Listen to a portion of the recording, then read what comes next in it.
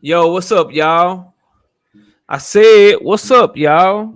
Look at me when I'm talking to you, bro. We back for another Wednesday night live show. Got a lot to cover, man. We got two shows in one. Y'all see, I got my Sunday co-host, my OG KQKC Boxing Network. KQ, what's up, brother? Hey, what's up with you, brother? How you feel? How you feel? We back with another one. Yes, Yes, sir. sir. Yes, sir, man. I'm chilling, bro. You know, Mother's Day was Sunday, so we couldn't do the show on Sunday, but we still got to give y'all this boxing talk, bro. This dynamic duo. So, we gonna get into it, man. We're gonna talk about the fights. Then after we talk about the fights, we got some stories to cover. And then, as always, man, on Wednesday nights, we're gonna open up the panel and let y'all come up here and voice y'all's opinion as well. So be sure to smash that like button when you come in. I got the wrong Mhm. banner up here. Let me get our cash apps up here. Oh Boom, I yeah, got let me me. and KQK. Yeah, I got No, our no, cash no, apps. go ahead. Yeah, go ahead. Yeah, Mhm. I got our cash apps up there now. And be sure y'all smash on the like button as you come in the building, so that way we can get the likes up, get YouTube to share this stuff. If you want to donate, as I said, cash apps are down below. You can also hit that super chat if you feel the need to. But also the like button is free, so be sure to smash the like button as you come in. KQKC, man, while we're waiting on people to come in, I figured we might as well do the first fight. It was only like a 1 minute fight anyway. The first fight of the Canelo fight opened up for us, and that was the Mhm. heavyweight fight between the Chinese dude Zhang Ji Li and Scott Mhm. Alexander. He knocked the dude out in a minute, man. What you got on that fight, man? Very quick one. You know Very what? quick ending on that one, bro. I know. I don't know too much about Big Zane, but I know he's a big guy, and against top competition, I think he basically would gas out. Honestly. Now, I don't know how hard he punched, but it doesn't matter because he's not in shape, it looked like. And no, he doesn't have a lot of movement. He was in the southpaw stance, if I remember correctly, Mm-hmm. and he had the straight left that went straight down the pipe. And the young man that came, his opponent, I didn't think he was there to fight really. I think he was there and he got hit, and I think he got hit really flush because his eyes was like wide open when he fell and hit the cameras, and it was over with. It wasn't too much action. So Big Zane gonna have some big issues. He got to tone up that body and lose some of that weight. So I think I know the issue. I think I know why he can't tone that body. You know that man is 39 years old and still a prospect. He oh started he started his career late as shit, man. He ain't finna tone up nothing. That man okay, almost 40, bro. He about to be okay, food. He about to be food for somebody, bro. But I kind of agree okay. with you. Like Southpaw Uh, stands got huge power. Took care of uh, business against this guy Alexander, but Alexander was a replacement opponent. He came in like on 4 days notice for Zhiling uh, Ji. He was actually supposed to fight Philip Hergovich, who pulled out of the fight for personal reasons, no injury, anything like that. But he was dealing with the uh, death of his father, so he decided to pull out of the fight. And so, Jalen G went in there and did what he was supposed to do, got him out of there in one round, and not right. even one round, really. It was more so like a minute. I think it was like 1 minute into the first round, caught him with that left hand, and down goes Scott Alexander, bro. And we out of here on to the next fight. Which Yes, sir. y'all smash the like button. I see y'all coming in the building, man. Smash the like button as you come Yes, in here, and we will be sure to give you guys a shout out as soon as we get into the show about 10 or 15 minutes. And then I am opening up the panel. I told y'all this. I got it in the subject. Once KQKC and I do all of our fights, we run down all the fights, cover a couple of stories. Should only take us about an hour. Then we'll be dropping the link for anyone that want to come up here and cook on this Canelo situation. That's gonna be the main topic of the show. But we got to get these other fights some love because we weren't able to do so Sunday since it was a holiday. So the next fight, OG, and then after we do this next fight, I'll do a roll call, and then I want to bring a story to OG. But this next fight, OG, Mark Castro versus Pedro. I ain't gonna say Pedro's whole name because I'll butcher it. But Mark Castro was the second fight. He's supposed to be the hot prospect, man. Were you impressed with his performance? He got the UD, won every round. What do you think of Mark Castro calling the fight and watching him fight, man? Man, if my memory serves me correctly, Mark Castro, I'm trying to think of, that was last week. Man, I'm He was trying the to think. one. He was the one that I said looked like Elon Musk. The fighter that looked like the dude that created Tesla. Remember, I was in your Right, comment right, right, section right, saying he right, looked like right, the dude. right, right, Yeah, right, that, right, that right. was him, bro. That was Okay. his fight. Yeah. I mean, he looked okay. I mean, I don't think. all the hype. He lived to all the hype that everyone thought he would be. But I think he got a lot of holes in his game right now, and because he's still fresh. So I think he's going to pick up real good because the skills are there. The skills are there, and only thing about it, these guys really don't know how to close the show like they should. Especially when they dominating and when they up. Really up. Close the show, make it really look good. And crowds like that would put asses in the seats. When you close the show like that. So it's not really too much I can say on him too much. But once he get going, he's going to get going pretty good. And I think a lot of people are high on this guy right now. Man, I used to be. I ain't no more though. I used to be. He like his last two performances, but like OG, like he beat Keyshawn Davis in the amateurs twice. Right. He beat Duke Reagan, who won the silver medal in the amateurs twice. He beat Ray Ford, Rajon Chen, like a lot of highly decorated amateurs. He beat him in the amateurs, but that shit, it's not translating over to the pro game for Mark Castro. Like his chin be in the air. He always getting caught in between shots, man. I'm worried about him if he continue to step up in competition, bro. Because he having a problem with dudes he shouldn't have a problem with, man. See, that's the thing about it, Knockout. A lot of guys can do it. A lot of guys can't do it. A lot of people can't translate from amateur to pro because see, a lot of guys, what they do in the amateurs, they do well. But when you get in the pros, it's a little bit tougher. Just like basketball, football, anything else. You up there with some bigger and better guys. So you have to, pretty much be able to fit in where you can get in. And these guys, some of them just don't have it. You have it at that level. When you kind of like king of the castle, but when you get up there in the pros, man, you can be running into some guys that been there, you got over 10 fights maybe, and you seldom see a guy with no fights against a guy with no fights. It don't happen. So some people can do it, some people can't. But I'm hoping. And that he can fit in and get with the program, and hopefully, the coach he has right now can get him to that level, but only special trainers can do that. Only special trainers can take a amateur and turn him into a pro, a good pro, put it that way, so. Yeah, because that throwing combination, because he let his hands go, which is great. He a fluid combination puncher, but man, that throwing them combos and leaving your chin in the air and not getting your hands back to the proper place, that'll do you every time. So his last fight before this one, he got put down, and then now in this fight, a guy that he's supposed to get out of there, a guy that had already been knocked out 2 times, guy with 4 losses. They literally put him in front of Mark Castro for Mark Castro to look good and get the knockout, and he couldn't do it, bro. So it's like that power might not be translating up to the pro ranks, and then that's gonna be a problem for him because he's not skilled enough or agile or athletic enough or box good enough to be able to keep guys at bay with his skills and shit. So he's gonna have to have power. If he ain't got no power, bro, I don't know what he can do. And it sucks because he was such a highly decorated amateur. Now he is only 22 years old, so we'll see. But the writing's on the wall, man. I gotta see more from him. I'm not even gonna. I don't mean to be too hard on the kid because I was high on him. I remember telling Key, I was like, "Yo, this kid Mark Castro, watch out for him." Then he went in there and got put down. He won the fight, but he got put down. Then I doubled down on him last week. I'm like, he gonna get the knockout this week. He ain't get the knockout this week. I'm like, bro, you keep messing up my knockout picks, bro. You gotta come with it. You know what I'm saying? So it is what it is, man. But let me catch the super chat real quick. We got Law 21 AI in the super chat with the $2. He said we have to talk about this one confident boxer. Who was that, bro? Who was that? Law 21 AI. Let me know. You don't have to do another super chat, but let me know. So we got 40 people in the building. Y'all smash the like button. Let me see who we got in here so far. Let's do a roll call. Then I gotta bring a story to the OG. Y'all know I like to get an OG stories and get his thoughts on them. We got UK Boxing 89 in the building. I Only Talk Boxing is in the building. Salute. Shot-Town's finest up in here. What's up? Skills from New Orleans. What's good with you? Teacher, what's up, man? Stan 92 in the building. Phil J 508. Shelton Moore, one of the other OG. What's up? What's up, Shelton? Salute to you. I'll be dropping the link later. For y'all. Y'all want to come up here, teach. What's good?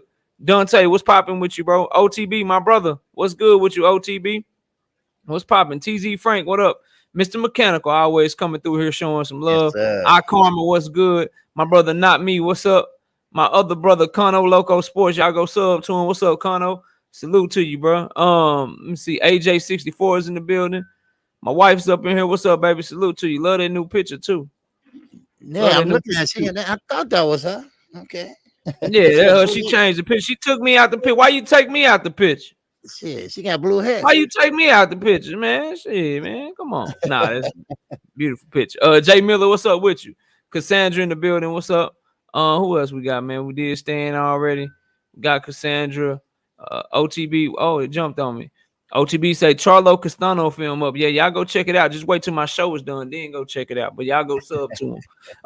Mac of the South. What's up with you, man? Let's see who else we got up in here. Vince Williams slid up in here. Flossie Boxing up in here. Gene Kennebrew Thomas. Canelo whole career was based off overrated wins and give decisions. Good fighter. That's it, though. We're going to talk about it today. Renique 313, salute to you, bro. Salute.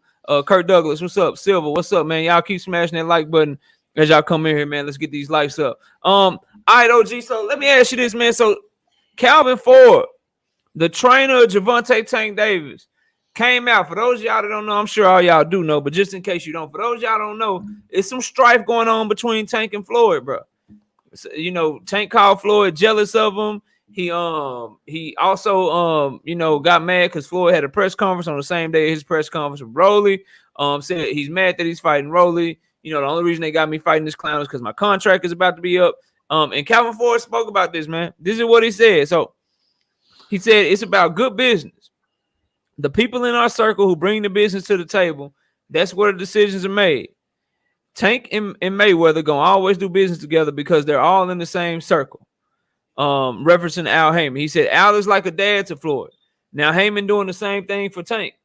I look at that situation. Al is like the dad and Floyd is like uncle to Tank, like Roger. You get it? You're going to see the differences. At the same time, it's about good business. At the end of the day, look at what they've done together. They're the best in boxing. Tank just wants to be able to have his say and learn how Floyd learned. It's time for him to really understand what he's doing other than just fighting. If you look at how Floyd did his career, you got to remember, then young men grew up looking up to Floyd, so they don't want the same thing he wants. Tank is just going through the same transitions that Floyd went through. Nothing different. Floyd said in his interview that he respected talent, not the money. What do you think of those? I think that's kind of showing that Tank kind of already made his decision. He about to leave Floyd Mayweather promotion. But when you hear that, OG, what do you think of that, man? Well, I think Calvin is not saying he's not telling it all. To be honest with you, you know, and of course Gervonta Davis leaving Floyd Mayweather, but he's going to stay with PBC. That's what I'm hearing it through the grapevine that he's going to stay with PBC, and of course he will be on the tutelage of Al Heyman, and that means Floyd will be out the picture. That means Floyd will not be able to pretty much have a say so. That means that he would be equally as Earl Spence and everyone else under the PBC banner, where he would make his own decisions. He make his own final decision. At least that was the last contract I read said, and that was 5 years ago. But Floyd always had that way on fighters. He'll lure you in, and then once he lure you in, you his. You know, and you pretty much will fight who he's not a good promoter. Okay, let's just say that. Okay, one thing that I can say bad about Floyd is he's not a good promoter. He's a damn good fighter. I can't take nothing away from that fight. You know, he know the ring inside and out. He know how to feel punches when they coming. He know how to. He's a great defensive fighter, but he's just not a good promoter. And now you got two guys who pretty much one already had his career, and you got another one that want to start his career.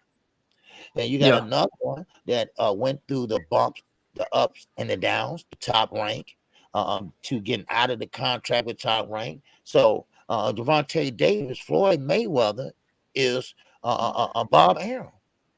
You know, he's like a top rank to Gervonta Davis. So Gervonta Davis got to do what? He got to get the hell out of there. He got to get out of there and do his own and make his own way now. Now, of course, he's fighting Rolly Romero. Why? Because he's about to leave. You're not gonna get no high profile fight and make a lot of money and you're gonna get out of here. No, we're not gonna let you do that. And I don't think any promoter gonna let you do that. So now Javante Davis, he's kind of pissed off right now. I feel bad for Rolly. He might take that out on Rolly, but he pissed off right now, and I don't blame him, but he wants to be great. He wants to be great. He wants to know how to read contracts. He want to know how to know the inside and out of the business. And Al Heyman, who's the best to teach him but Al Heyman? So and Floyd only gonna teach you what he wants you to know. That's it. He don't want you to know no more than what you know already. That's just how I look at it. He don't mean no harm, but that's the way he is. That's just the way he is.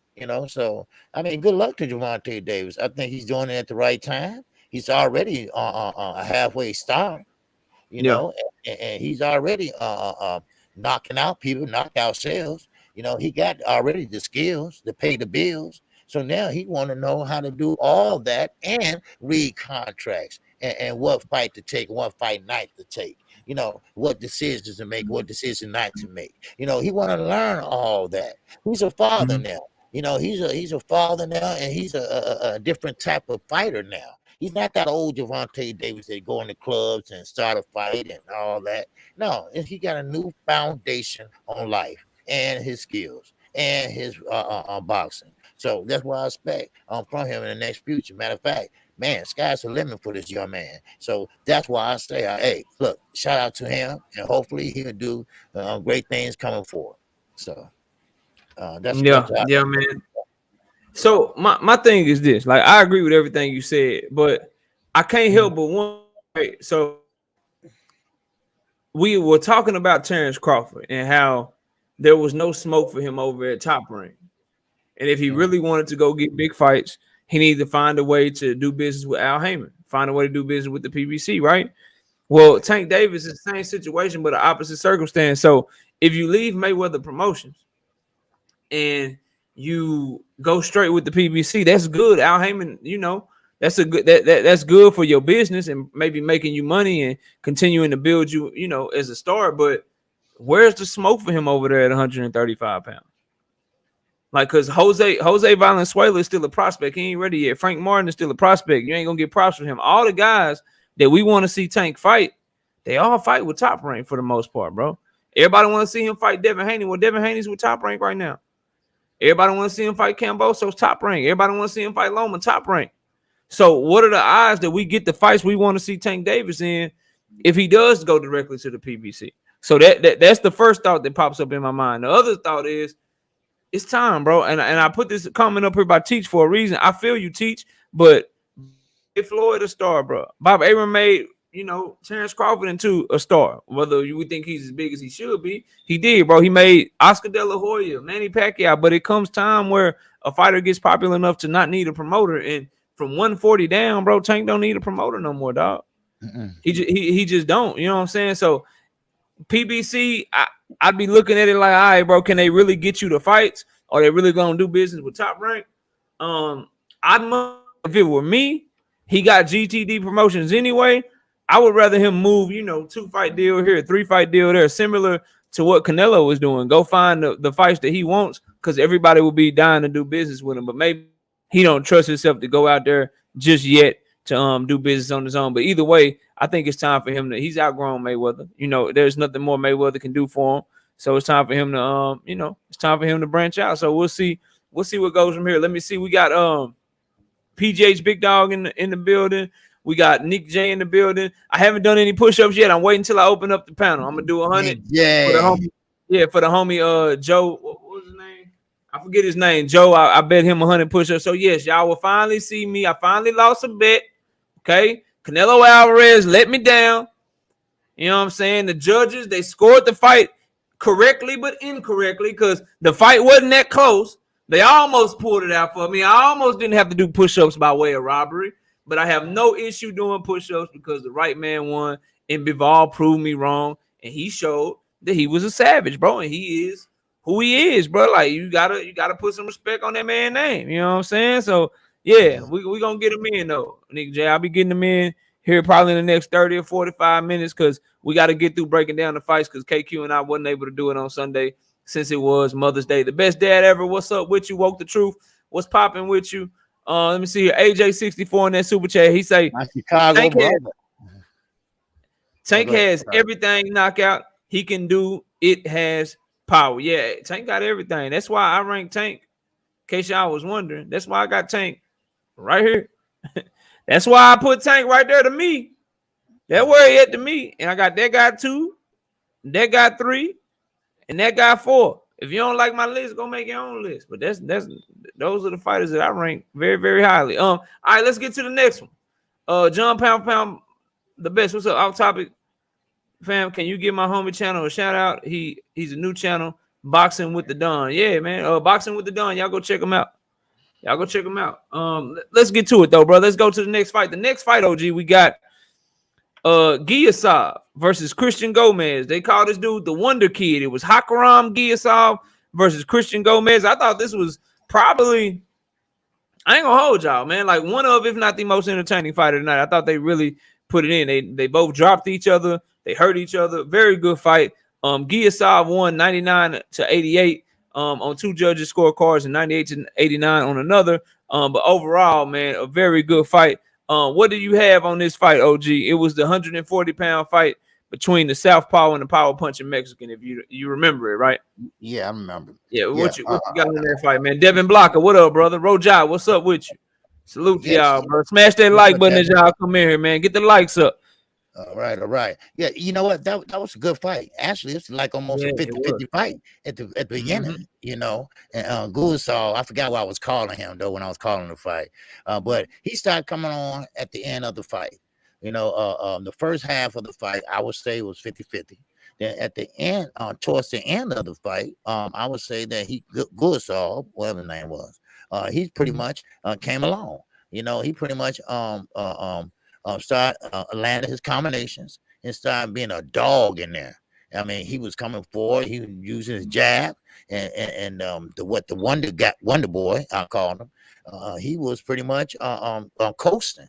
He was coasting, and it seemed like Giosov really wanted it, and he went in there and he got him out of there. You know, but like I say, it was a 50-50 fight. They both got 2 knockdowns on one apiece. And you know, and it was one of the entertaining fights of that night, you know. So because up to that point, a lot of people was kind of bored with the card, but that was a good fight right there and there, you know. So, well, it was a great fight to me. You know, it's not too much I can say about it that I can remember what it was. So. Yeah, man. Giosov, man, he was a former Olympian. He talented, bro. He can fight. You know what I'm saying? He had some bad habits, leaving his hands down and stuff, but he highly skilled with counter punching, good foot movement and angles, good straights and right hooks. Like, bro, he looked like you know what I'm saying? He can be something down there at 140 pounds. So I'm definitely interested to see him. And then this Christian Gomez, man, he had dynamite in his hands. He was so patient.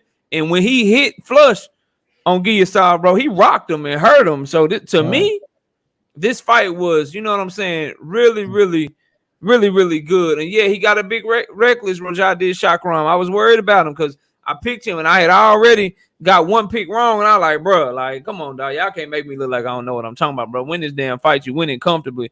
So please don't get caught with nothing. But he was able to push through, use his superior boxing skills. I don't know what it is, bro. Uzbekistan, I think, is the country he from.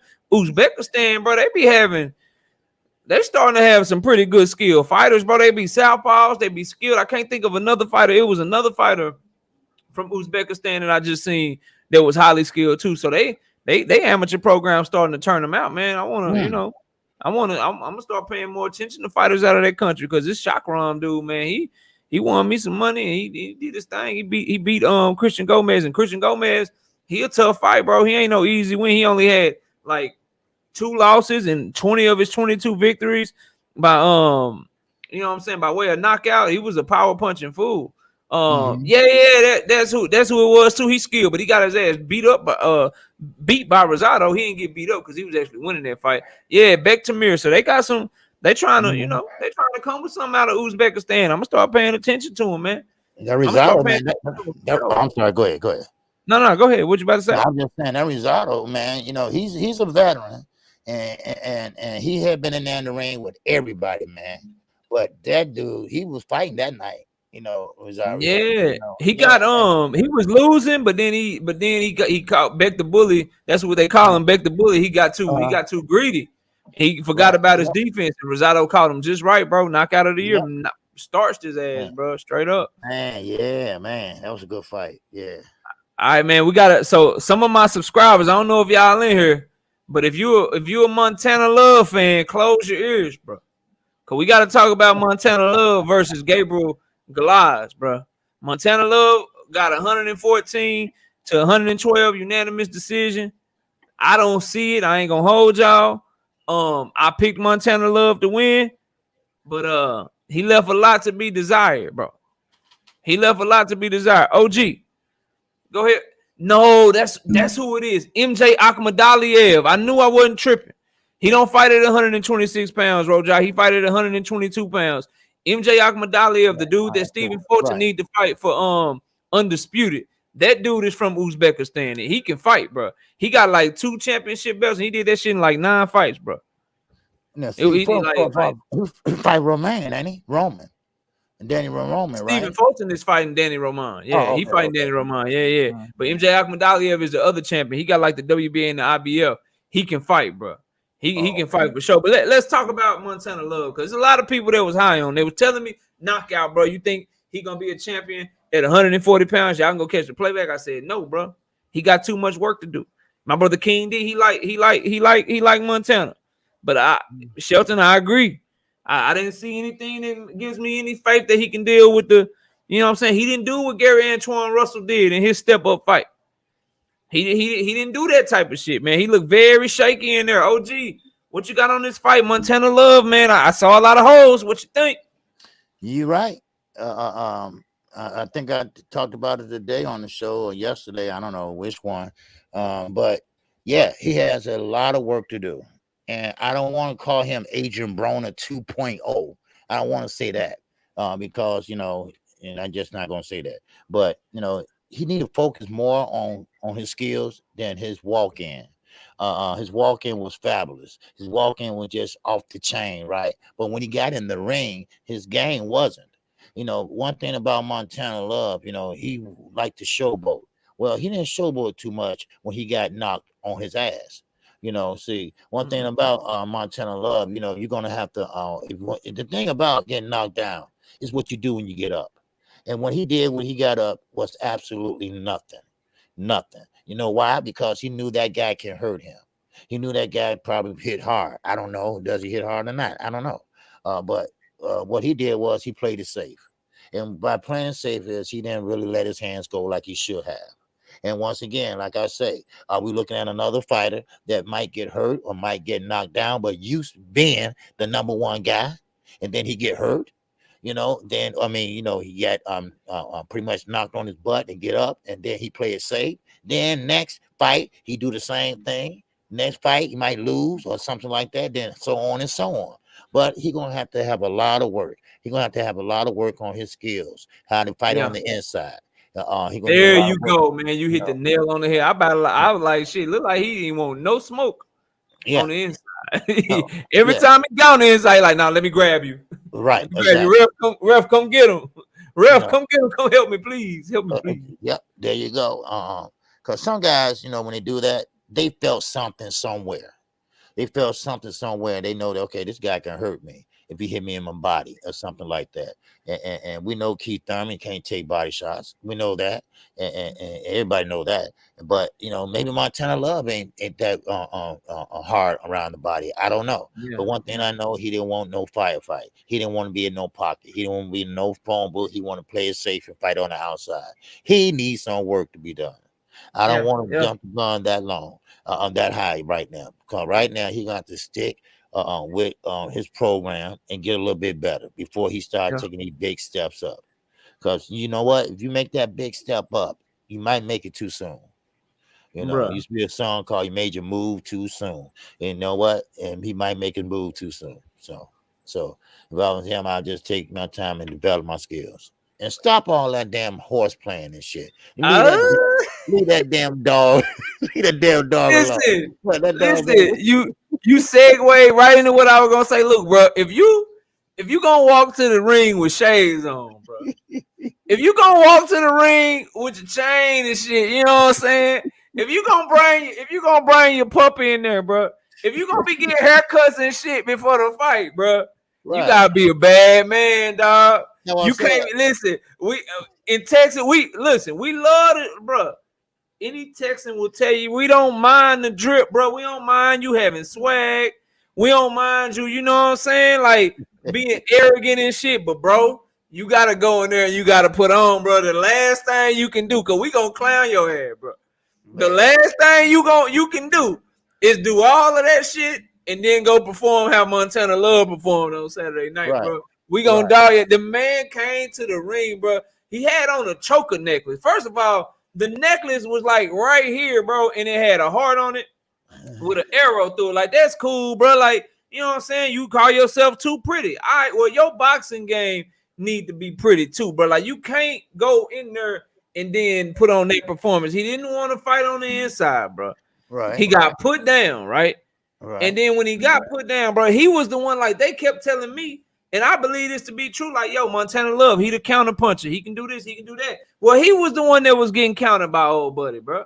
Right. He was the one that was having trouble getting on the inside. Looked like he couldn't get there. The jab, you know what I'm saying, wasn't working like it was supposed to. And then he had no inside game. He wasn't slipping under shit. He wasn't trying to do nothing, bro. He was trying to take a half step back, land a straight right, left hand, followed by a right hook, bro. Rinse, wash, and repeat. But I need a message to him, bro, and all these young fighters that be trying to act like, you know, Floyd and all that shit before they actually get there, bro. Y'all better cut that shit out, bro. Yeah. Y'all better cut that shit out, bro. You cannot be doing that, bro. You can't bring your dog to the weigh-in, bro, and then look like this. Like, come on, man. Like people laughing at you. Like, we want you to put on for the culture. If you gonna be arrogant, though, bro, I wish somebody, like, he'll probably never do no shit like this, but bro, let Earl or Shakur or something like that, they need to come out like that, bro. Not him. Gary Antoine Russell need to come out like that, bro. We can't have Montana Love rocking like that. Montana Love is not the guy to come out here and be doing that right now, bro, because he ain't good enough. He gonna step up. He gonna come out. This is what's gonna happen, OG. He gonna come out there. They gonna order him to fight because he ranked real high right now. They gonna order him to fight with a badass dude. He gonna come out there with his dog and shit. He gonna come out there with the chains and the sunshades and shit, and that dude is gonna proceed to embarrass him and beat the shit out of his ass, and he gonna be looking stupid, you know what I'm saying, walking out the ring and shit, bro. He gotta get better, bro. Like, he had no inside game, he had no urgency. This was the first time he had been past round 8, bro. He need more rounds. He need to do more work, because I'm worried about that young man, bro. I did not like what I saw for somebody that people was trying to tell me, you know what I'm saying, that he next up at 140 pounds. Y'all know them is shark infested waters over there at 140. Deep. Teofimo just moved up. You got Gary Antoine Russell down there. Josh Taylor looked like crap, but Josh Taylor beat the crap. Man, he'll hurt Montana Love, bro, badly. Then you got Jose Ramirez, who I just saw was about to try to probably move up and fight Conor Ben. You got Jose Pedraza. Tank might move up. Devin Haney might move up. Like, bro, he'll up there now, you know. Yeah, man. I don't know about Montana. Montana needs some work, bro. Montana needs some work for real. Shout out to my brother Law 21 AI, $10 in the super chat. He said Ernesto Tito Mercado said he gonna deal with Keyshawn and Shakur. Ooh, okay. Said he gonna drop Zaragoza in the first. Keyshawn is gonna take 2 rounds. Hey, man, good luck to him. Good luck to him. You know what I'm saying? I like when fighters talk shit. OG will tell you that. I don't mind a little shit talk.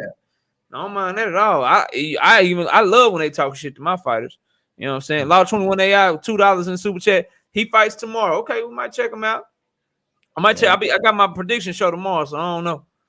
I don't know what time they come on, none of that shit, but I got the prediction show, so I might not be able to do it. Yeah, my brother OTB from I was talking shit because I know you from Ohio, bro. He say Montana gonna be okay. He got dropped by Baranchek too, but he outboxed Baranchek the whole time. OTB, he got holes, bro. Can you send me some film? You the film guy. Can you send me some film of him fighting on the inside? Because I didn't see it, bro. And where's his jab? Where was his jab at on Saturday, bro? Hmm. It's supposed to be the most important punch in boxing, bro. That's what OG tell me. That's what all the boxing nerds, that's what we think, but they ain't have a jab, bro. No jab. He couldn't work his way inside. I didn't see no feints. I didn't see nothing. I'm just looking at him like, bro, I need more. And he didn't give it to me. But, you know, shout out to that dog was nervous, too. That dog about to piss. Yeah, I'm telling you, bro, don't get whooped in front of your dog, bro.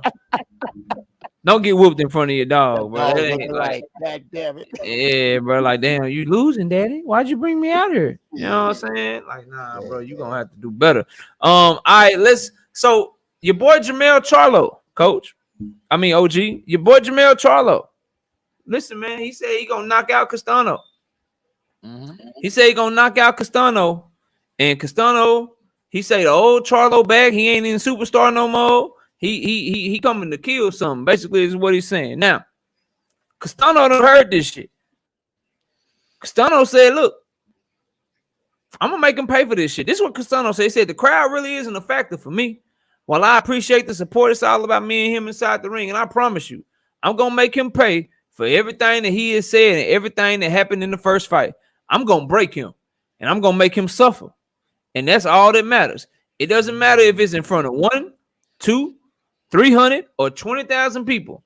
What I have my sight set on is him and only him. Me and him inside the ring, that's all. So they came to Charlo and they asked him to respond to what Castano just said. He said, I don't have no response. That's what they want me to do. They want me to be quiet. They don't want me to talk. Okay, Brian Castano, okay. We will see. OG is heating up. We about 2-3 days away from the fight. You getting nervous? What you think about what Castano had to say, man? Man, I love it. Because they don't do nothing but get Charlo hot, right? They don't do nothing but get him hot, you know. And Charlo, you know, Jamel, he keeps an attitude. He's very emotional. And when somebody talking smack to him, see, this is the only thing about it. And this is where you got to separate your feelings from your skills and from your job. You know, sure, he said what he said. And Jamel is the type of person that takes things personally. Him and his brother really take things personally. But you cannot let that bother you inside the ring. You know, you cannot get in there and try to just knock them out. You know, I want to show everybody. No, because Derrick James would jump in that ass. All right. I have seen him do it before. People think Derrick James is all laid back and everything, but he's not. Right now, when you're not doing what you're supposed to be doing, like he would tell you, focus, damn it. All right. Now, that's what Jamel need to do. Focus and stick with your game plan. Because all Castano is trying to do is drag you into his party, drag you into the way he wants you to fight, bring you into where he wants you to be. And Castano is that type of fighter that cannot pick up his feet. Now, he likes to pretty much steer you to the ropes. And hopefully, Jamel would pretty much know how to pivot off them ropes. And, you know, as soon as he feel, you know, his back hitting the ropes. So I think Jamel is not going to fall for it. But then again, he is a hothead. He is a hothead, and it's hard to break that because look, you know, the older he is, you know. So they are both like that. They both, you know, really high-headed and really get outside their feelings. So what, you know, you're gonna have to separate that. You know, you'll have to, because this is for all the marbles. This is for all the belts. Every last belt. Exactly. And this is a very important fight for him, his family, Derrick, the whole team. You know, so you got to focus and don't get into this back and forth shit. It's okay to talk shit. You know, there's nothing wrong with that. You know, but you know, go in there and do what you're supposed to do. Now, one thing I always believe in: don't try to go for the knockout. Let the knockout come to you. Go in there and do what you have to do. And you know, one thing about Jamel, he got a mean ass jab, and he need to stay on it. And he need to keep Castano from coming in there. You know, because Castano gonna find another game plan this trip, this second fight, and he gonna try to jab his way in. But what Jamel had to do is keep sticking on that jab. Stay busy. So that's what I think about it. You know. So, OG, listen, man. Like I feel you. You know what I'm saying? Everything you said is facts, but I would just a little bit more self-awareness from Charlo, and I'm gonna explain what I mean. A little bit more like I wonder, did he study like the last fight? You You know what I'm saying? Like, did he look at what happened in the last fight? Because what would have showed me that he was locked in and like really focused in and he knew what the task at hand was if I'd have heard him making comments like, look, I'm going to go in there, I'm going to listen to my coach this fight. Because I feel like my coach was giving me good instructions, but I went back and watched the fight and I wasn't listening to him. I was on the ropes too much. I didn't use my feet to pivot around. I didn't keep the fight in the center of the ring by using my jab. And that time I'm gonna do this, and I'm gonna win the fight by any means necessary. Even for someone with power like Jermell Charlo. I hate when they start talking about guaranteeing the knockout and shit. Because you already cracked Castano with some real hard shots, and he ain't go nowhere. You hurt him, but you didn't knock him out. So I worry, and salute to my daughter Nivea in the building. I worry about, like, bro, like, what if he cracked Castano early? He go for it and he hurt him, but Castano, he don't knock him out because Castano done already showed he know how to survive. Then what? Is that gonna mess up your game plan? Is that gonna mess up everything that you had in your mind? So I don't like that, man. I don't like when they start talking about knocking. I don't like it from Castano either, because you too hit Jermell Charlo with some really good shots, and you pressed him, and you fought, in my opinion, a perfect fight. He waited. He didn't go get over aggressive. He kind of pressed Charlo. Then he tried to steal the round at the last minute of the round, try to get real busy. And he was able to get rounds off of Charlo like that. So I like this game plan in the first fight.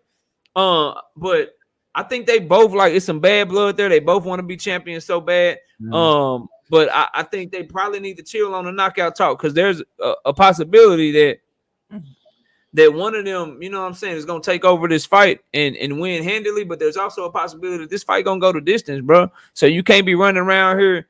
You can't be running around here talking about you gonna stop somebody when you hurt him and then stop him in the first fight. You understand what I'm saying? I just want that for Jermell. I think he should just, you know, talk about he's gonna make some adjustments, and for Castano, he should just talk about how he's going to, you know, be even better in this fight. All the talks and knockouts, it can mess up your game plan, and it can mess up, you know, everything that you intend to do. If you go for the knockout, you hurt him and you don't get him. Right. And to Brian Caballos, no, if you want me to shut up, all you gotta do is leave the channel, bro. Don't nobody block him, but we talking boxing over here. If you don't like it, you know, don't let the door hit you where the good Lord split you, my brother. It's all good though. Let's go to Canelo. Because I think Brian Caballos might be mad because he, you know, might be a Canelo fan. So let's talk about Canelo. He a Canelo fan? I don't know. He might be. I don't know. Or maybe he just don't like. Maybe he just don't like me. I don't know. But he came here with some weird energy. I'm gonna get on. Listen, I'm gonna get on the live stream where I know they talking, and I know they talking boxing, and I'm gonna get in there and I'm gonna tell them to shut up. Yeah, all right, that makes sense.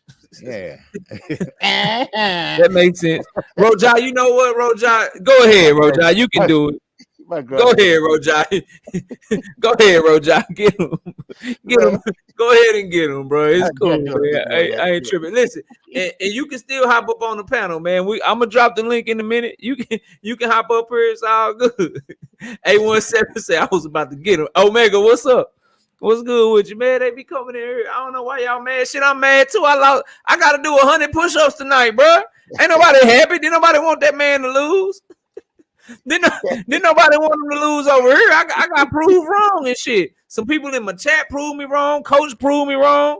A lot of people proved me wrong, bro. I was on Canelo. I like, man, Canelo too much for this dude.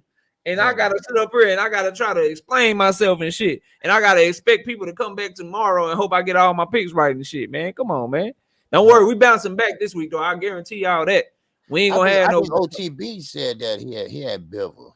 Nah, he had Canelo. It was me and him had Canelo, Coach, and then Ryan Hong, and then I forget the dude's name was Joe. It was Joe King, I think, but he had Bivol. So we were outnumbered. We should have read the writing on the wall. And I remember Nick J was going with Bivol, and it was a lot of people in the chat that was picking Bivol. But man, right. You know, you win some, you lose some. You can't get them all right, I guess. Yeah, it is what it is. But what you got on that fight, man? Canelo and Bivol, last fight. And then we're going to open up the panel, but break it down. What did you see? What happened? Wow. Well, like I said today, first of all, Canelo, well, you know what? I'm not going to talk about that. I just talk about the fight, okay? Ain't woulda, shoulda, coulda, woulda. Now, one thing about Canelo Alvarez, he had a game plan. His game plan did not work. And the game plan was to, punch him on the arm, punch him on the arm, and that's what he tried to do. Now, this wasn't purposely done. All right, it wasn't purposely done by him punching him on the arm and missing. People thought that was going on, but it wasn't. He was trying to pretty much put that hurting on his arm so where he can drop his hands, so it'd be too hard to pretty much put him up. Well, that didn't work because Demetrius Bibble was very steady. He was very busy. His work ethic was, man, impeccable. He kept that jab going. I mean, that jab was going like an engine, baby. I'm talking about that jab was going left and right, left and right. And then he didn't throw one. He didn't throw one at a time. He wasn't throwing one every blue moon. No, he was throwing it left and right, left and right. So and he stayed right there with his game plan. And what make it so bad? He knew how to establish distance, Bibble. This is what I'm talking about. He knew how to establish distance. If you looked at Demetrius Bibble, if you go back and look at the fight, you can see how he had a wide stance. He had a great wide stance. And that wide stance, Floyd Mayweather used to do that a long time ago when he was Pretty Boy Floyd. He had a big wide stance when he fought on DeMarcus Corley. He had a big wide stance. And what Demetrius Bibble was doing, he was going up and down on that stance, establishing distance, up and down on his leg, and bam, bam, throwing a jab, up and down, throwing a jab, jab, jab, jab. Then, of course, his work ethic. Canelo couldn't keep on putting them hands up, defending him. He kept dropping them hands. He kept on pretty much, because you got to chase it. This is the reason why he stay away from guys like Demetrius Andrade, Charlo, anybody that can move, anybody that got great feet on them. That's the reason why he pretty much was getting out of breath. Fatigue starts setting in for Canelo Alvarez. He made the ropes his home. He laid on the ropes and made them his home. That's why he kept on saying, "Come on, wait a minute, come on in." He had that high guard, but Demetrius Bibble went around that high guard. Demetrius Bibble pretty much mixed up his shot, but he kept that engine going. He kept that engine going. He kept on punching, punching, punching, punching. Now, only bruise I seen on Demetrius Bibble was that arm. That's it, because Canelo thought that was going to work. And you know what? In most cases, it probably would have worked. But you are fighting a guy that lightweight. Now, he might not be a full-fledged lightweight, but he fights at lightweight. And right now, I don't think it can be anything Canelo can do to beat him. Now, well, I will say this: Canelo Alvarez always got the benefit of the doubt. Now, a lot of people say, did we overrate him? Or a lot of people saying, was he really not that good, but we thought he was? Well, I say yes. I say yes. And let me tell you why I say yes. It's because the way he moved.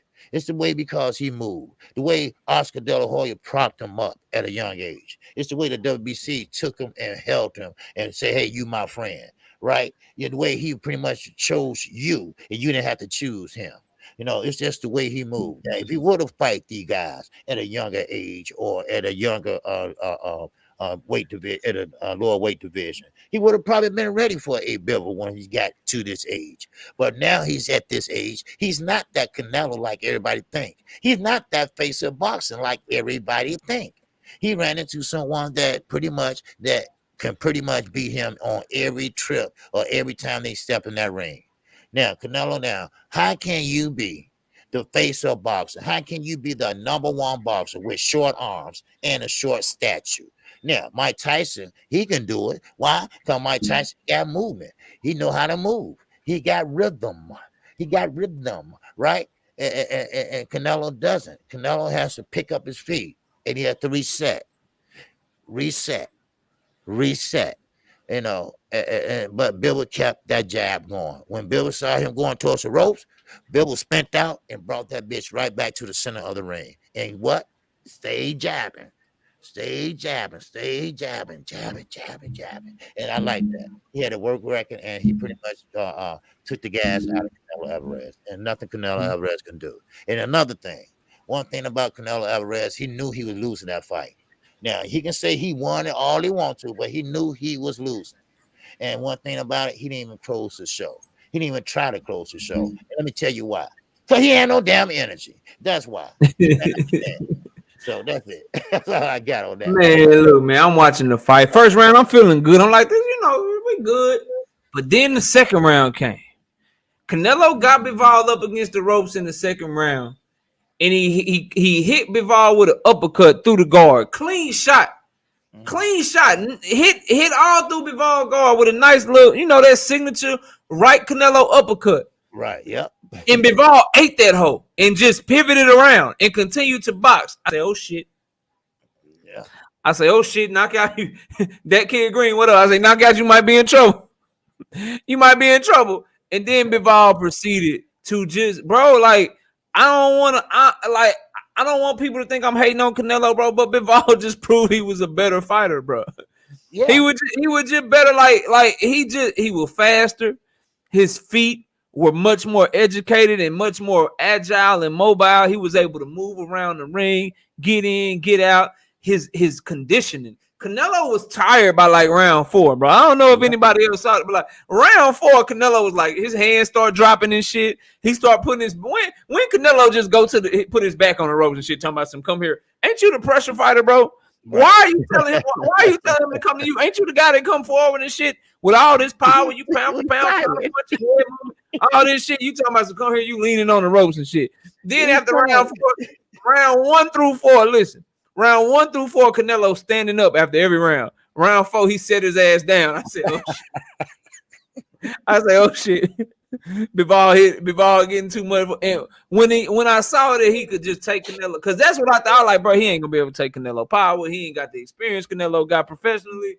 All that shit he was doing against fucking Joe Smith and Gene Pascal and fucking Salmon Fish Salamov and all these dudes. He ain't gonna be able to do that shit with Canelo. Bivol said, psych, I don't know what you talking about, knockout. My shit translate.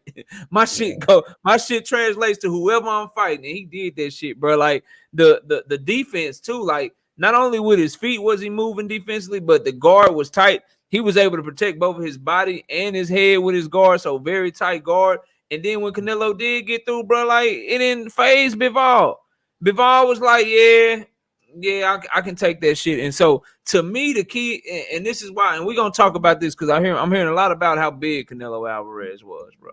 About how too small. And I just see Dalton come here. Canelo's just too small. Like, bro, like at the end of the day, let's count the reasons why Canelo lost that fight. And I can count about 4 or 5 of them before I ever get the size. We can talk about conditioning. Bivol was in much better conditioning. We can talk about work rate. Bivol was able to let his hands go way more than Canelo to win rounds. We can talk about defense. Bivol's defense was much tighter than Canelo's. He got hit with less shots.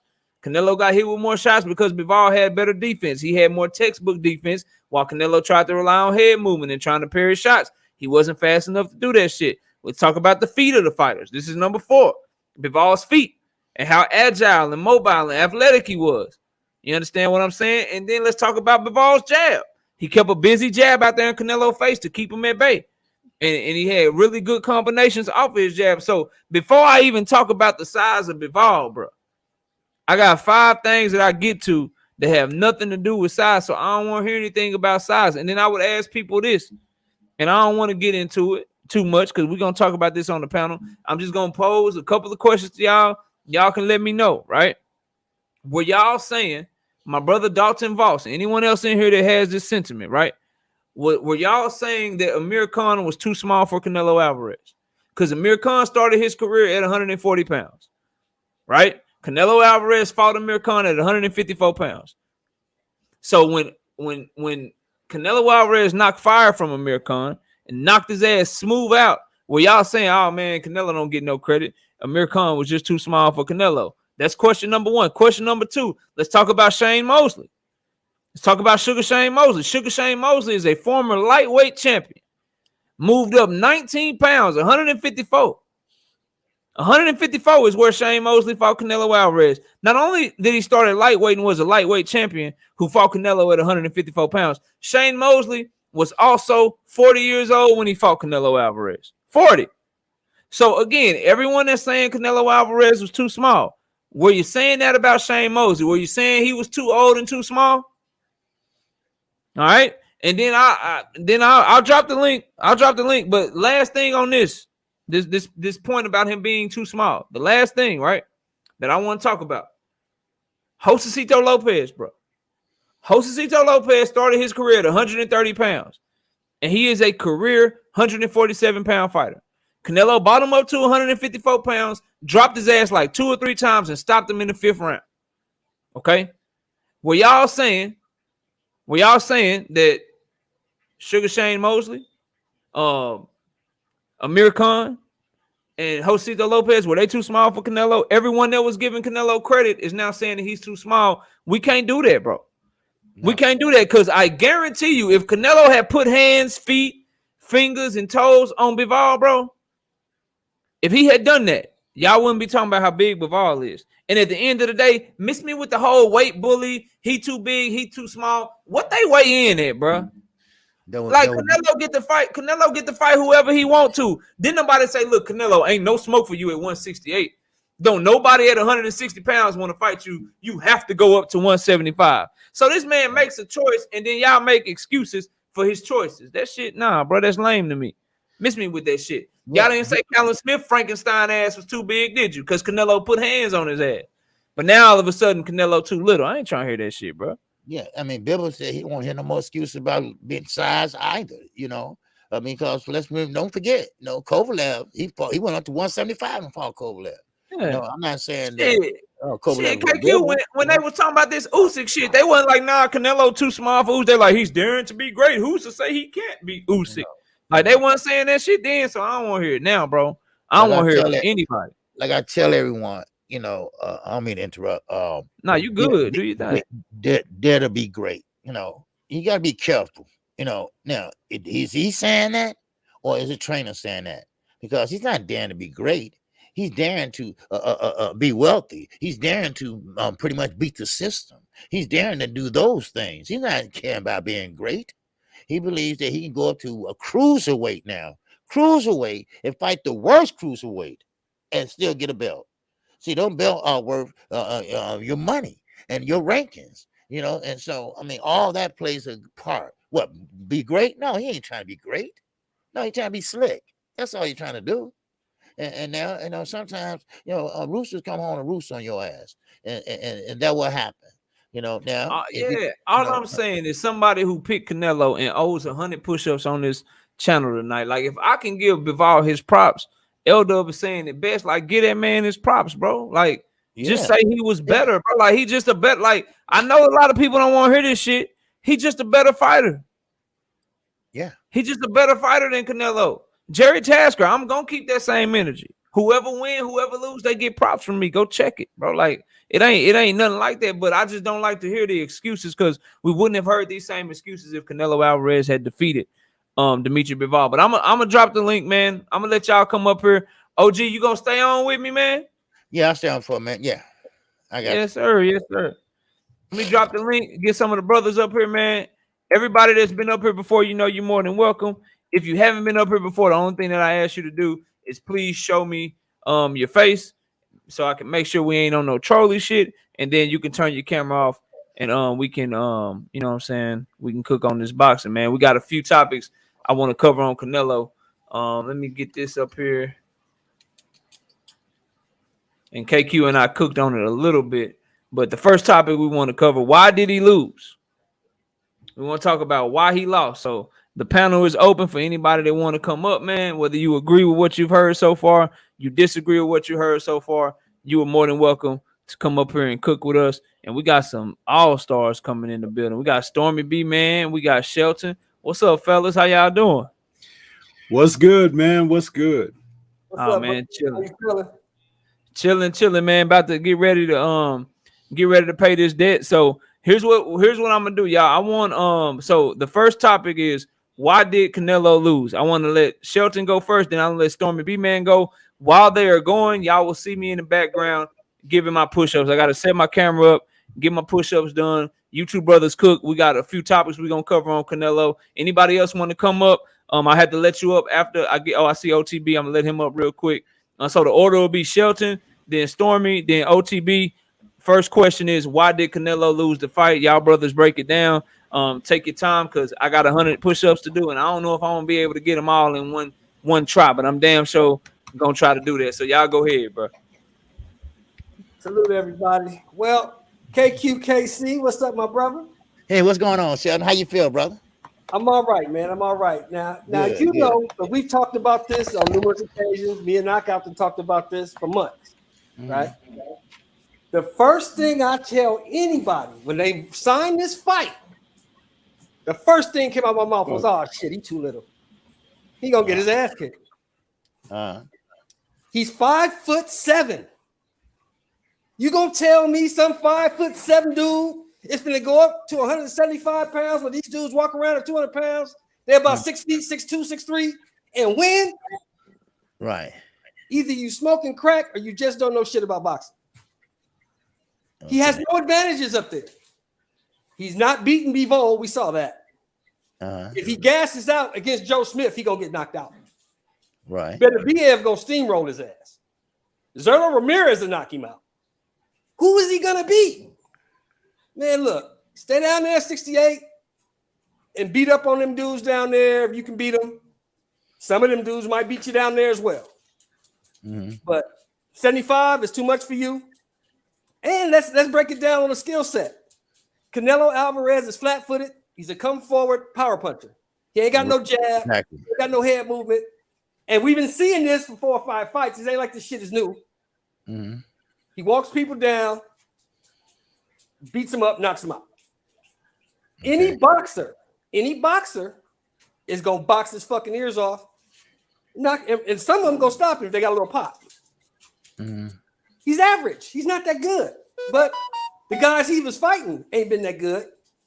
So it makes him look like he's great. But he's an average, come forward guy. Nothing special. And you saw that Saturday night. That's right. That's right. Now let me ask you something, Shelton. Now, someone alluded to me in my chat today that think about Canelo. He's 31 years old. Think about how long he been boxing. I mean, in Mexico, you box down there every day. You know, I might be exaggerating a little bit, but you a lot of fights, and he has a lot of fights. If you look at his record, do you think that he might be gassing out as his body might be shutting down a little bit now? Well, first of all, yes, he is short. Yes, he does have short arms. Yes, he is flat-footed. Those are real true analogies of him. You know, that's definitely what's going on with Canelo with that. Now, also, to add on to that, Canelo is used to getting the benefit of the doubt. He always used to getting the benefit of the doubt. Every fight he has, it's always some kind of controversy in the judges. He always get that extra, win. Let me put it that way, like Esther Laura. Now, is his body telling him that, hey, you got to slow down, dude. You can't do this, like that, like you used to do it. Well, when he fight. I heard you say something a couple of weeks ago. I heard you say that boxing is catching up with Alvarez. It's catching up with him. He's been fighting since he was 15 years old. Yep. It's a lot of training camps, a lot of wear and tear on your body. They already say he got bad knees, so he probably don't do too much road work. I mean, you got to look at factor all these things in. But the major thing for me is this. I've been telling people, I've been on YouTube about a year and a half, and I've been telling people the whole time, this guy is not what you think he is. Right. He's not what you think he is. Because if you really look at it, most of the fights they put him in fights that are advantageous to him. They give him styles that complement his style. Exactly. Put him in there with somebody who got great footwork, great head movement, a stiff jab, decent pop on their punches, and a ring IQ. The boy is in trouble. Boy is in trouble. Yeah. But like I always say, KQKC, if you believe in him, let him sign the rematch. Put his ass in there again. Let him get beat up. It's fine with me. Right. But I think now, Roy Jones, I mean, a lot of ex-fighters are telling Canelo Alvarez, move on. Don't insinuate that rematch clause. And of course, Bill will say, hey, I'll beat you at 168, no doubt about it. So he can beat him any day, or any weight, I believe, because of style. Now Triple G is in the wings. He's waiting. Sure, he can beat Triple G. He's older. Triple G is pretty much the same style he is, but he's a little stronger than Triple G. He's younger, So don't mess with Bivol. Everybody's saying that. Mike Tyson is saying that. And as far as the jab, Mike Tyson said, well, what's his jab at? Now, of course, it does come down to trainers. Shelton, if you understand, and Ronaldo didn't give him no instructions. No instructions. And this is well, I say this, KQ. I say this about trainers. Now, I heard this from Eddie Fudd way back in the 70s. He said the trainer is only as good as the fighter he has to work with. Mm-hmm. Now, I may not be the smartest guy in the world, but I do believe this. Eddie Reynoso knows exactly what Canelo is. Yep. And after round 3, Eddie Reynoso knew ain't nothing I can do to help this dude. He about to get his ass worked. He can't do nothing with this cat. And what you just said a minute ago is the best advice anybody could give Alvarez. Stay away from that Russian. Leave him alone. He gonna beat your ass. Yeah, bro, y'all ain't right, bro. Yeah, y'all ain't right for that shit, man. God damn, that was a lot. I don't like losing. What's up, everybody? Y'all smash that like button, bro. What you say, OTB? So you breathing a little hard over there, bro. Yeah, bro, that shit was hard, man. I already did my workouts today, bro. I closed my circle, bro. Like I closed my circles on my shit, bro. I ain't like losing, but you gotta keep your word. Let's go to Stormy. Stormy, why did Canelo lose, man? Canelo lost to a better fighter, hands down. A younger, strong fighter that fresher, but a bigger man as well. A man who presented the problems that a bigger man is supposed to present to a little. Well, I'll keep my language clean on your channel. I'm sorry, but I was about to flow. But a little crapper like Canelo is supposed to feel the heat. He's supposed to feel the danger. He's supposed to feel uncomfortable against someone who comes in to compete. That's exactly what happens when you feast on a series of inadequate opponents who don't test and challenge you, and you have everything going your way. Suddenly, one that you thought should be run of the mill happens to stand out and say, I actually want this. Everybody else think I can't do it, so I'm motivated even more.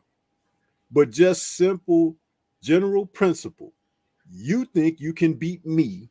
You think you can come up and take my title.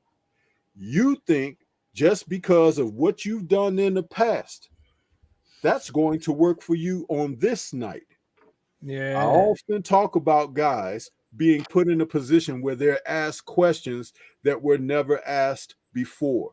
He was asked a series of questions in this fight that he hadn't been asked since he last fought a real star class fighter. And that goes back to Trout and Lara, because we know Floyd gave him a loss. But those two fights, Trout and Lara, were two fighters who were competitive enough against him that guess what he did?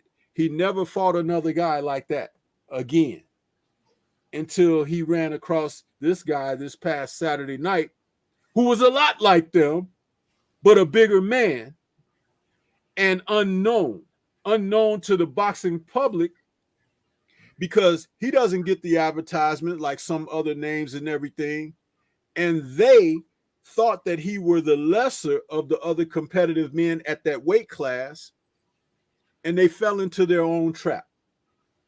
Such is life. It happens. And now, because he's suffering mentally behind that, the rest of his contemporaries that are at 168 and any potential guy that might be even at a higher weight class where he might think about trying something again, you guys need to take note. Boxing is anywhere between, it depends on the individual you're talking about, 80 to 90% mental. And when KQ was asked a moment ago, is he running out or whatever? This is the thing. When you are used to bullying and pushing and pressing and people submitting to you, and then you also have favoritism because there are judges who always give you favor, and when fights go to their completion, you come across, because of their help, as performing better than you actually did. And then someone comes in and disrupts that because they compete, they push back, they go for it like somebody who ain't had a meal in a minute. Mental pressure comes in. He knows he lost to a better fighter, but he's trying to figure out, how did I get tricked? I'm a little too experienced for that. I'm a little too foxy for that. How did this happen to me? That's called reading your own press clippings. That's called smelling the roses, but not your own dirty underwear. Huh? And hey, when I was growing up, parents taught me, you smell yourself before anybody else does. So you want to walk around like you got a clothespin on your nostrils and you can't smell the stank from your own behind. Well, there's always somebody like a Bivol out there in life to bring it to you in your face. So that's exactly what happened. Already, great breakdown, Stormy. OTB, first question, man, as we go through these different topics, man, and breaking down and talking about this fight. Why did Canelo lose, bro? What happened? Excellent topic by the guys. First off, man, y'all nailed it. But he lost because he tried to close. He couldn't close the distance, man. He didn't bring his jab. He never did punch with Bivol to close the distance. So, being a smaller fighter, man, you ain't just about to walk across the club and hit somebody. You feel me? He tried to walk across the club and hit him with an in the club punch all night, and he missed that punch all night. So, you understand? Message to the fighters: if you don't bring your jab with you, which is ironic because we about to watch a Jermell Charlo Brian Castano fight this weekend, and if his ass don't bring his jab, and if Brian Castano, and if he let Brian Castano walk down on him without giving him a few messages, like bro say, without sending him a few calls to see if he pick him up, then Brian Castano gonna be as successful as Bivol was. Because you can't let somebody walk down on you and close the distance like that without giving them something to think about. They gonna load up on their punches and your ass gonna be there to get hit. So it was just a bad style in the ring. And you got to give credit to Bivol. Like bro say, when Austin Trout coasted because he felt like he did enough to win the fight, when Lara coasted because he did enough to win the fight, and the championship rounds, Bivol went for it. So get that man his due. Already. Right side, what's up, bro? What up, KO? What up to the panel, everybody on here? What's going on, fellas? Chilling, bro. Chilling. Hey, real quick to Jerry Tasker. Look, bro, you can come up on the panel. I know they times you out. Y'all don't time him out. I know he disagreeing and he's saying a lot of trolly type things, but we want different opinions over here. So Jerry Tasker, I know you ain't went nowhere. I know you're still watching. When you get back, bro, hop up on the panel. You don't have to type in the chat. You're more than welcome to come up here and make your opinion known, bro. That's what the channel is for. Right side, bro. First topic. Why did Canelo lose this fight, man? What happened? Hey, it was a bad style for him. Bivol, first things first, man. Give Bivol the credit. The way he came out, established his jab.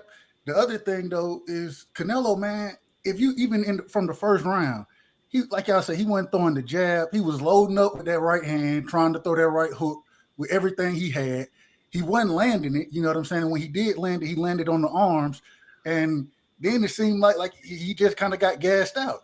It started getting interesting to me when Canelo, he would kind of clap his gloves together, or he'd get hit, he'll kind of take a step back, and what'd he do? He take that deep breath like, here we go. I got to go back in here and fight this man. Like, you could tell he was frustrated, and it just from the technical boxing skills that Bivol brought to the ring, he just more technical, better footwork, and I think we all kind of gave Bivol a chance.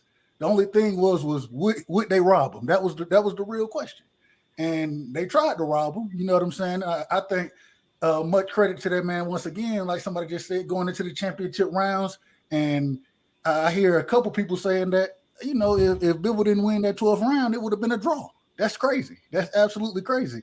Out of the first 4 rounds that the judges gave Canelo, I only saw him winning 1 round.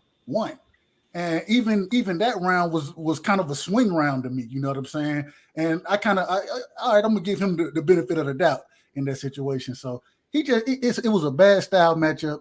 He looked fatigued. He looked slow. He looked sluggish in the ring. And it seemed like Eddie Reynoso didn't have. He didn't make any adjustments during the fight to it kind of what happened with Valdez. It wasn't no real adjustments made, and you can't go into a fight and be getting dominated and not have anything else to go to. You don't have something. So, nah, man. He did have something to go to, right? That's how he said, use your experience. Do this for your family.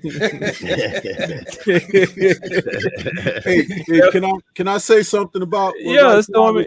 Yeah, go ahead. What were you about to say? Listen, at the championship level of boxing, please do away with that. It's a bad style philosophy, because if you're at the championship level, you have to have championship caliber qualities to deal with what is at hand. This is not, again, you answer this with your statement, because you do not go into fights looking to have advantages over everybody. You need someone to challenge and test you so you can persevere and overcome, or you have to go back to the drawing board and figure it out how to persevere and overcome. So when someone is having it their way all the time, you have to learn how to solve and resolve problems. Huh? This is not a thing where and I hear people say that a lot. You've never heard me say a bad style matchup for anybody, because when you're great, you overcome. Floyd ain't fought as many fights in his career as this man has, doesn't get the accolades that this guy gets, and he's got an O on his record that nobody overcame. So did Floyd ever fight bad style matchups for him? You have to think of it like this. If Maidana was a horrible matchup for Floyd. I said in my statement earlier that he fought 2 other guys after Floyd that he never competed against that type of talent again. Trout and Lara.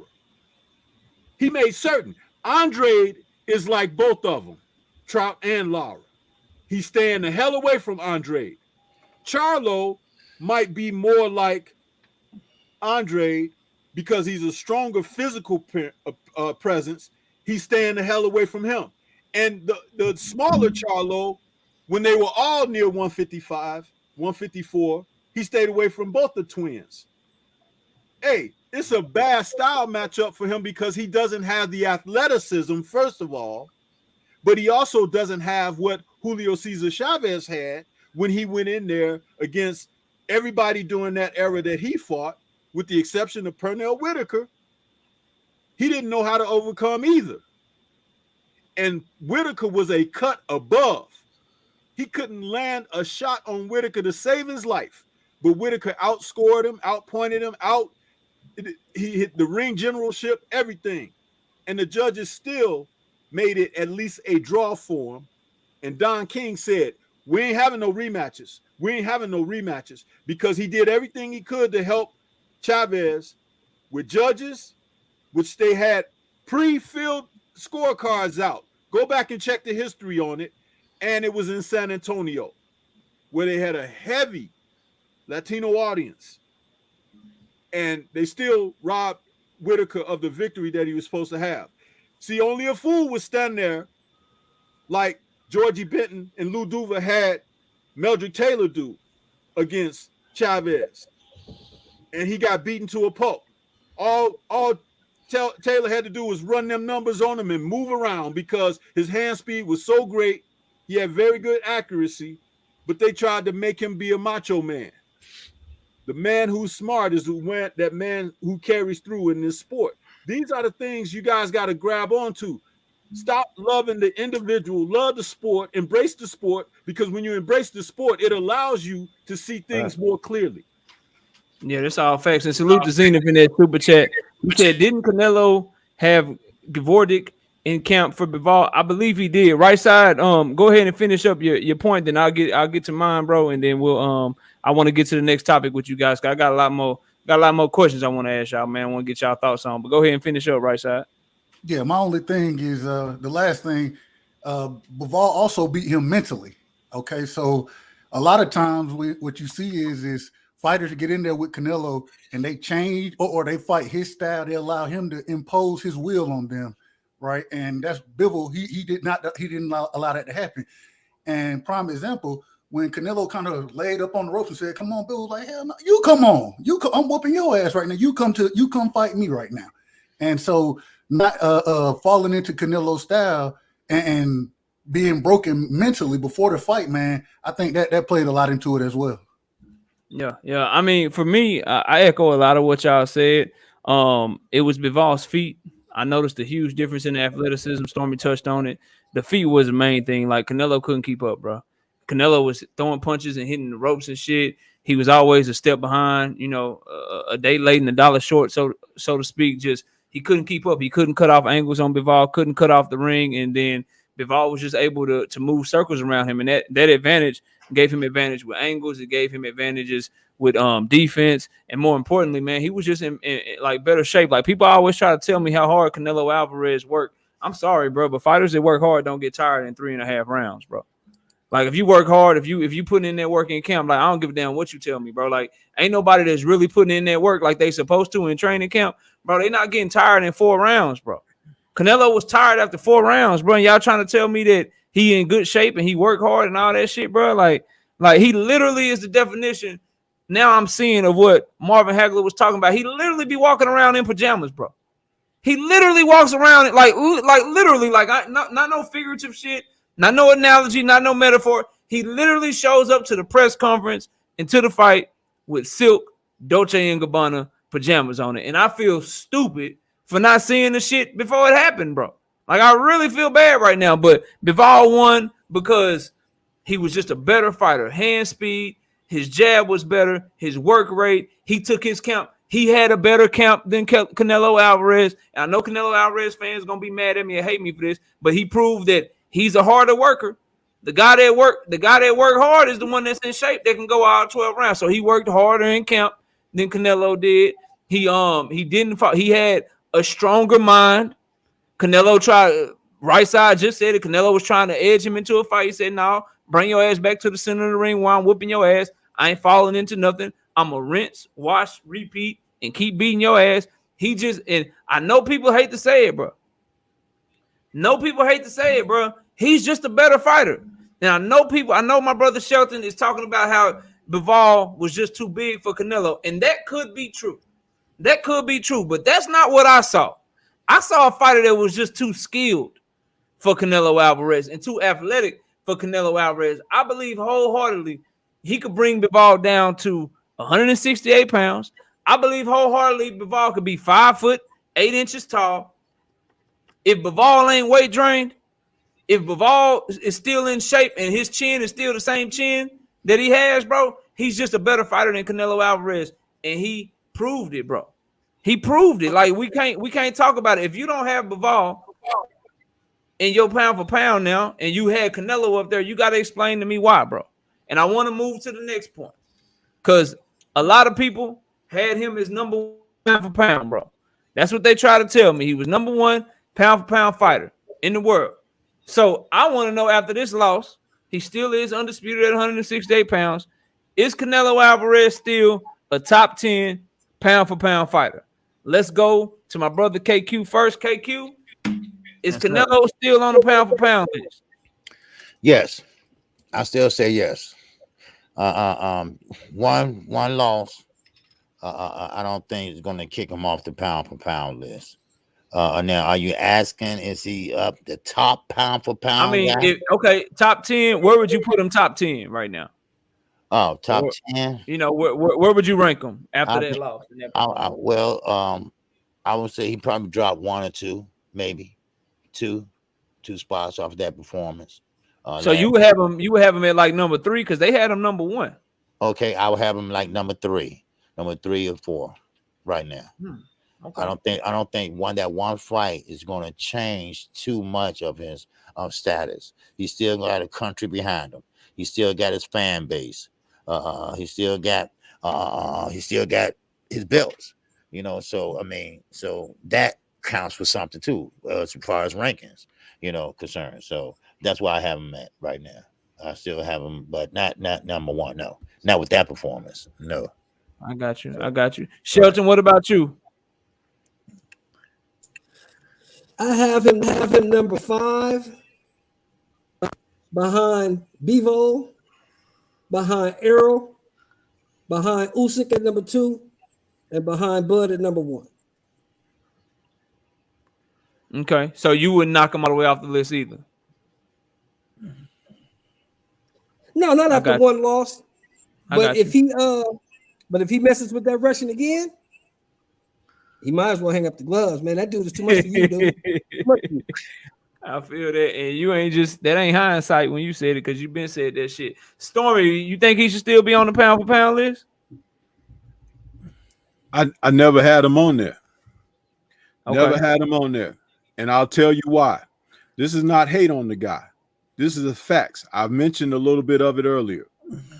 There are too many men, contemporaries, his colleagues in the sport, that have been and currently still are surrounding him that he hasn't faced. And by not taking on your contemporaries, you do not provide us, the boxing public, the opportunity to see separation in talent. When you can't determine separation in talent, you should not be conveniently placed somewhere amongst a position that you didn't earn. You earned to be number 1 pound for pound because you beat up on Advil Yildirim and guys like that. Are you kidding me? You got guys that are very talented who are around you that if you face them and defeat them, I could say you're the best. If you face them and don't beat each one of them, I could still say you're a great fighter for getting in there with quality opposition. But if you do not give me at least that, why should I award or anoint you with something that is earned in the sport, not given? There are too many titles that are readily available for someone to just come and scoop one up and say, hey, I'm a world champion. No, you're a titleist. A champion defends. Mm-hmm. A champion takes it to the max to provide separation between why he is here and everybody else is down there. He hasn't done that. Already, man. That's a good point. So I don't know. I ain't saying I agree or disagree because it ain't my turn, but I totally get where you come from, and I can see the logic behind everything that you say. As always, OTB, he's still on the list, bro. What we doing with him, man? He out of the top 10. Where we putting Canelo right now, man? I got him 3 or 4. Got to keep him on the list. He dead. You got him number. You got a number who? Number 3 or 4. Damn. Probably. I got him 3 or 4. Probably 4. So who you got? Who you got 1, 2, and 3 then? Oh, you know I got Bud first. Okay. Then that's tough. Then I gotta get a second spot to EJ. Okay.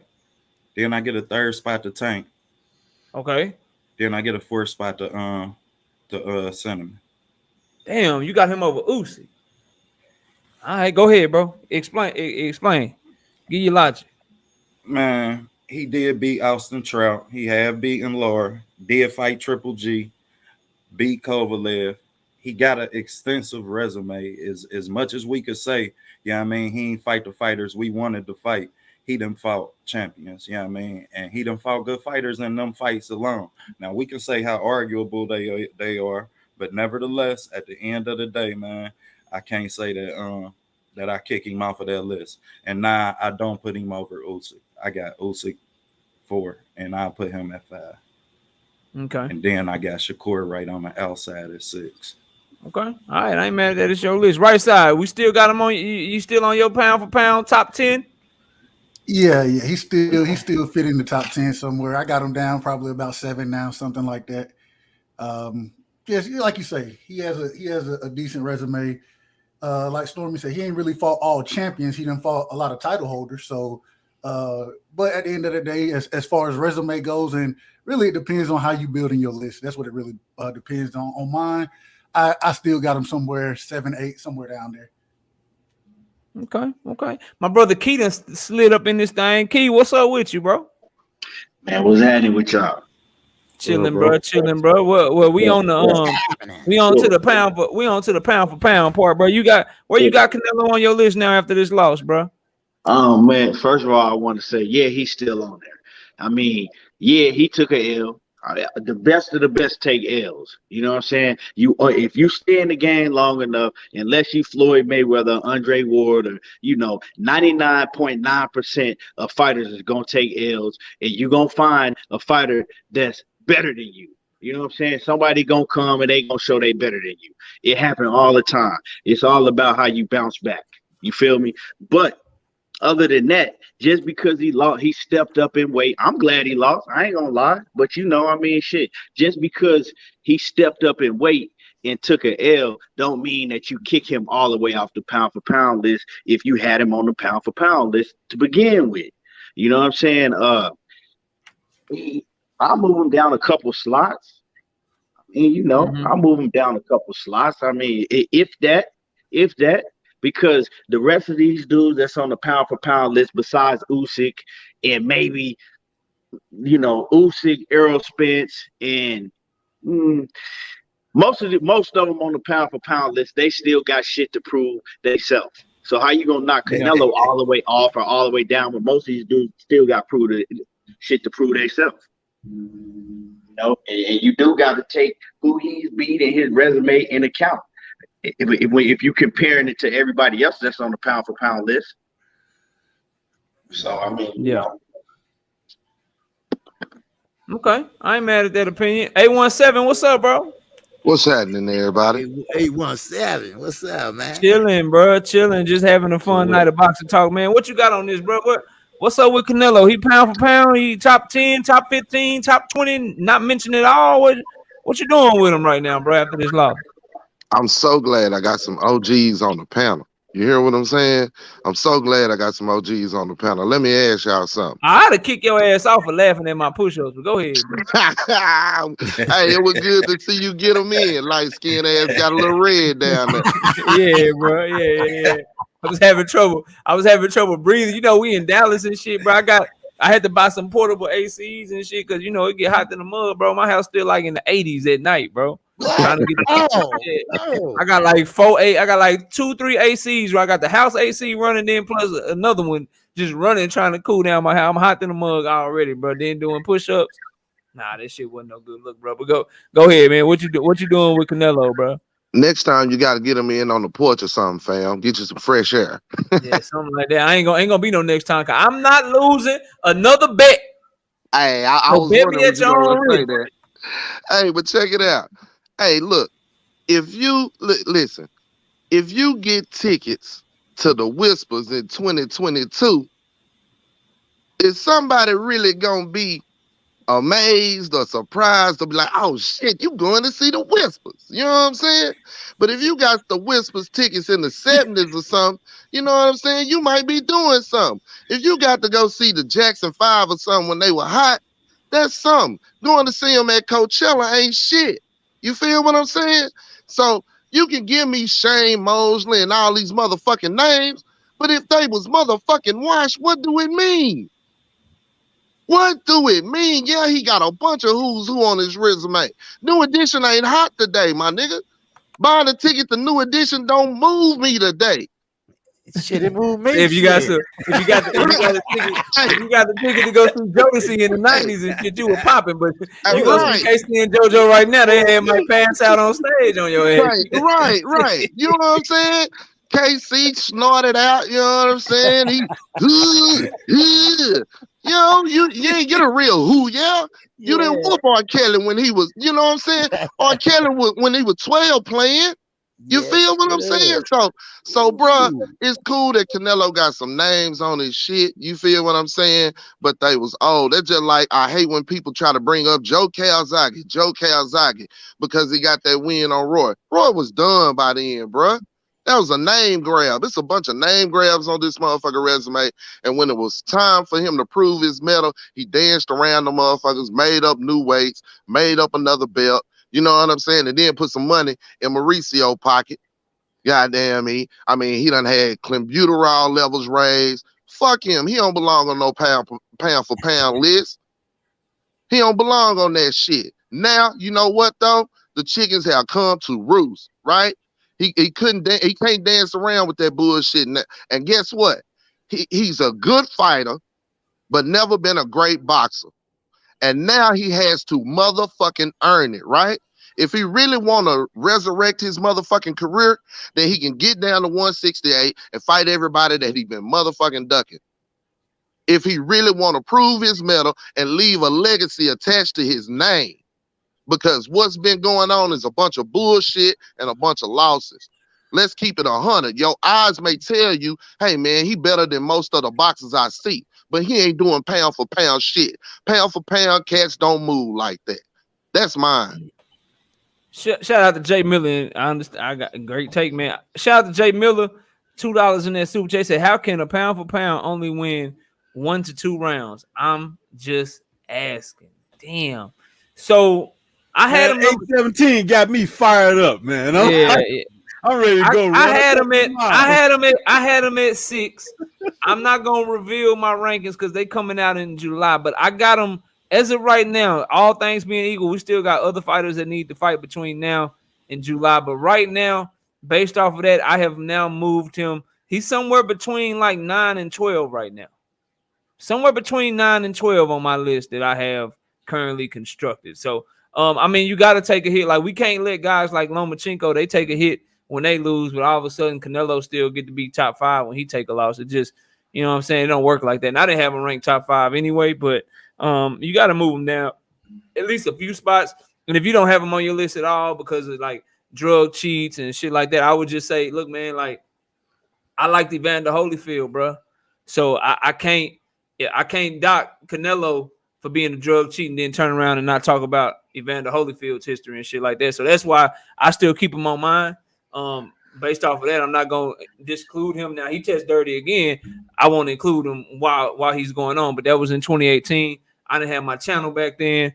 And so at the end of the day, like, this is 4 years later as of right now. I did have him on there, but you know, it is what it is. I think you definitely got to move him down. I couldn't concretely say that he's top 10. I'd have him somewhere between 9 and 12 to just keep it real with y'all, just because he is still the undisputed champion at 168 pounds.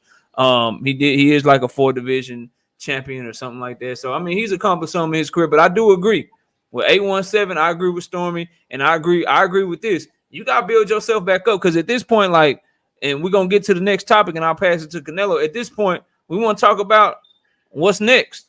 And 817 segue into it perfectly. Like, what do you do now, bro? Like, if you were advising Canelo, well, I want y'all to come from it from 2 angles. Number one, if you were Eddie Reynoso or you were his handlers, how would you advise him to move next? But then the second part of that, once you do that, I want you to tell me, as a fight fan, as a fan of the sport, what you want him to do. So, KQ, if you were Eddie Reynoso, what would you have Canelo do next? Who would you have him fight next? And then, as a fan of the sport, a fan of boxing, what do you want to see him do next? Well, if I was Eddie Reynoso, his trainer, I had him doing what he's been doing, because that's what they've been doing, what he's been doing. You know, so Triple G is next. But if by being a boxing fan, I would let him fight to prove himself. Go out there and prove himself. Fight the guys that people want you to fight. We've been talking about this David Benavidez. We've been talking about Jamal Charlo. We've been talking about Demetrius Andrade. All right, pick one. And then you go out there and you prove yourself. Then go out there and prove yourself that you're a pound for pound fighter. And that what I would like to see. But if it was left up to Eddie and Canelo, then there you go. Now, I read something in the chat, and now think about this. Was Ryan Garcia, was he wrong in saying that Canelo, he's not that hard of a worker? Did that show in the fight last Saturday? That's a good question. I know one thing. He put his foot in his mouth because Mauricio Suleiman, his team Canelo all day. He said, "You gonna talk about Canelo? I ain't your ass fighting Isak Pitbull Cruz." Yeah. you want to talk shit about Canelo? We gonna line up Isak Pitbull Cruz for your ass. Yeah, I would like to see him go out there and prove himself. All the guys that he's been pretty much skating by, going up and down weight classes and not fighting, go out there and say, you know what? I'm gonna go ahead and fight Demetrius Andrade. Which would be a good fight, would be probably a mistake too for Canelo because his feet is not that fast. But Demetrius Andrade, he ain't that guy like he used to be either. Age catch ups with these guys fast in boxing. This is a young man sport. So we'll see.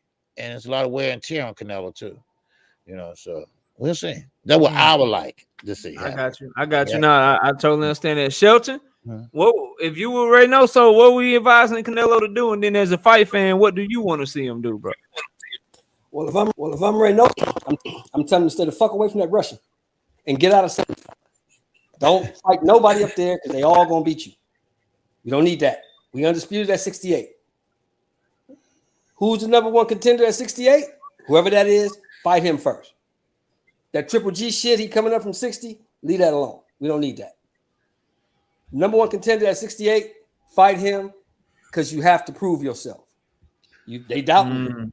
You just got mollywop. You didn't lose mollywop by that dude. Yeah, like it wasn't close. It wasn't close. So you know what I'm saying? Like Laura, like you might feel like Laura beat him or whatever, but it was close.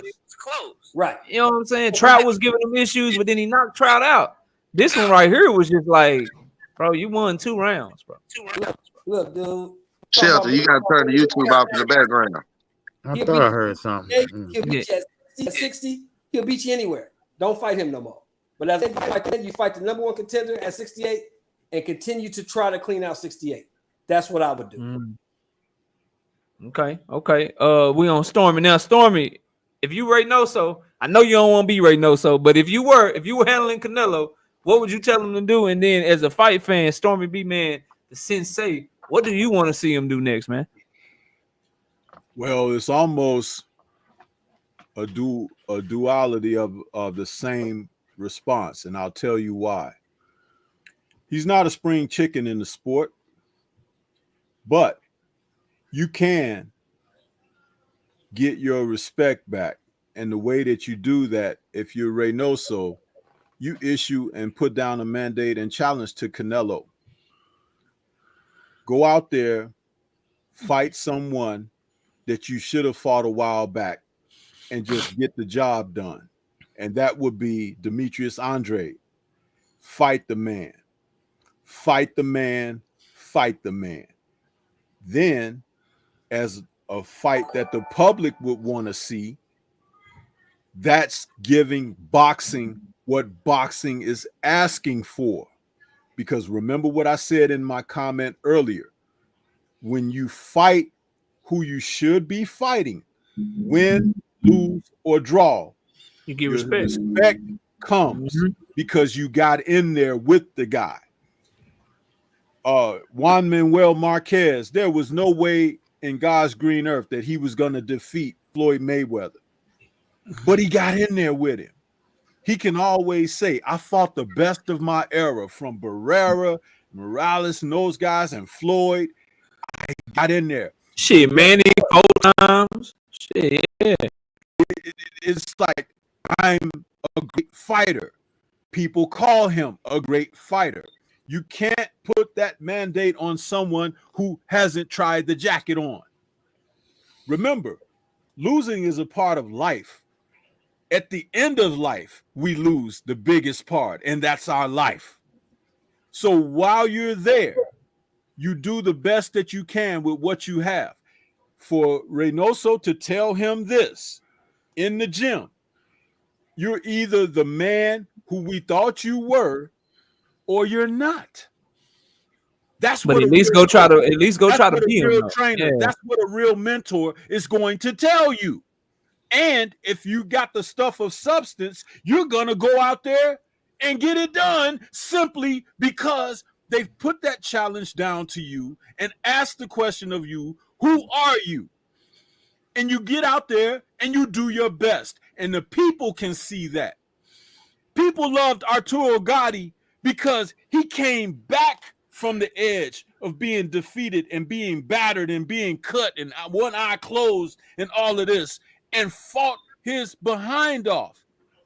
That didn't make him the greatest fighter of all time. He was one of the most exciting guys of all time, but that's what happens. But then again, you look at other fighters who get in there with people and you can say, man, they fought everybody. That's greatness within itself because you challenge yourself. And that's what we ask at the end of the day. Already. OTB, same question to you, bro. What you doing if you was Eddie Reynoso, and what you want to see as a fight fan from Canelo next, bro? In this order, we fighting Triple G. We about to get some confidence back up. Next, how they say it, Viva la Mexico. Man, we going to fight David Benavidez. And it's going to be iconic. And it's going to be iconic at 168 for undisputed. And if he win, and then you got to look at the advantage if he win that fight, because that's a win-win regardless as far as the as far as the Hispanic crowd is concerned. You either passing the torch to the next up, or either, goddamn it, you gonna keep your crown. So shit, that's a win-win. Yeah, he got to fight Triple G. I think he's on the contract with that. Right side. What we doing, bro? You Eddie Reynoso. What you doing with Canelo, man? Yeah. And what you want as a fight fan, bro? So yeah, first thing I think, you gotta go try to make sure you get your confidence back. And like you said, you're on the contract to fight Triple G. So you go ahead, you take that fight, even though nobody don't want to see it. Then I think the big thing is now you done did all the belt snatching and you done win and chased all the belts, right? Go reign as a champion. Prove that you a real champion and defend your titles at 68 and reign if that's what you're gonna do. And so you need to take on all comers. Whatever fights get mandated, that's who you need to be fighting. In all the top of the division at 68, you need to be fighting them. If Charlo come up to 68, you need to fight him. If you're going to be a champion, reign as a champion. Defend your belts and defend undisputed at 68. And I think that's the only thing you can do because you ain't got nothing up there at 75 for you. Ain't nothing. You ain't going back down to 60. You know what I'm saying? And you already undisputed. Go ahead and take on all comers. Yeah. Key, what about you, bro? How you moving Canelo if you his manager, man? Then what you want to see him do next as a fight fan, bro? Well, if I'm his manager, it all depends on how much faith I really got in him. You feel me? Because you could be his manager and really don't believe that he's the best. So you move him carefully. So it just all depends on what type of faith I have in him. If I really believe that my fighter is the best and we just had an off night, well, I'm about to make sure that everybody know that my fighter is the best. So I'm going to go after whoever they say that you've been ducking for the longest, whoever they say is the biggest, baddest, at 168. I'm not moving back up to 175, right? Because you proved that, you can't really, you ain't supposed to be at 175. You can't compete at 175. But at 168, whoever that everybody's saying that you afraid of, that you can't beat, that you've been ducking, we going straight after that dude. So if we got to fight Triple G, yeah, okay, we're going to fight Triple G. But in the meantime, I'm going to have my fighter let everybody know I'm about to knock Triple G ass out, and I'm going straight after whoever that guy is. And as a fight fan,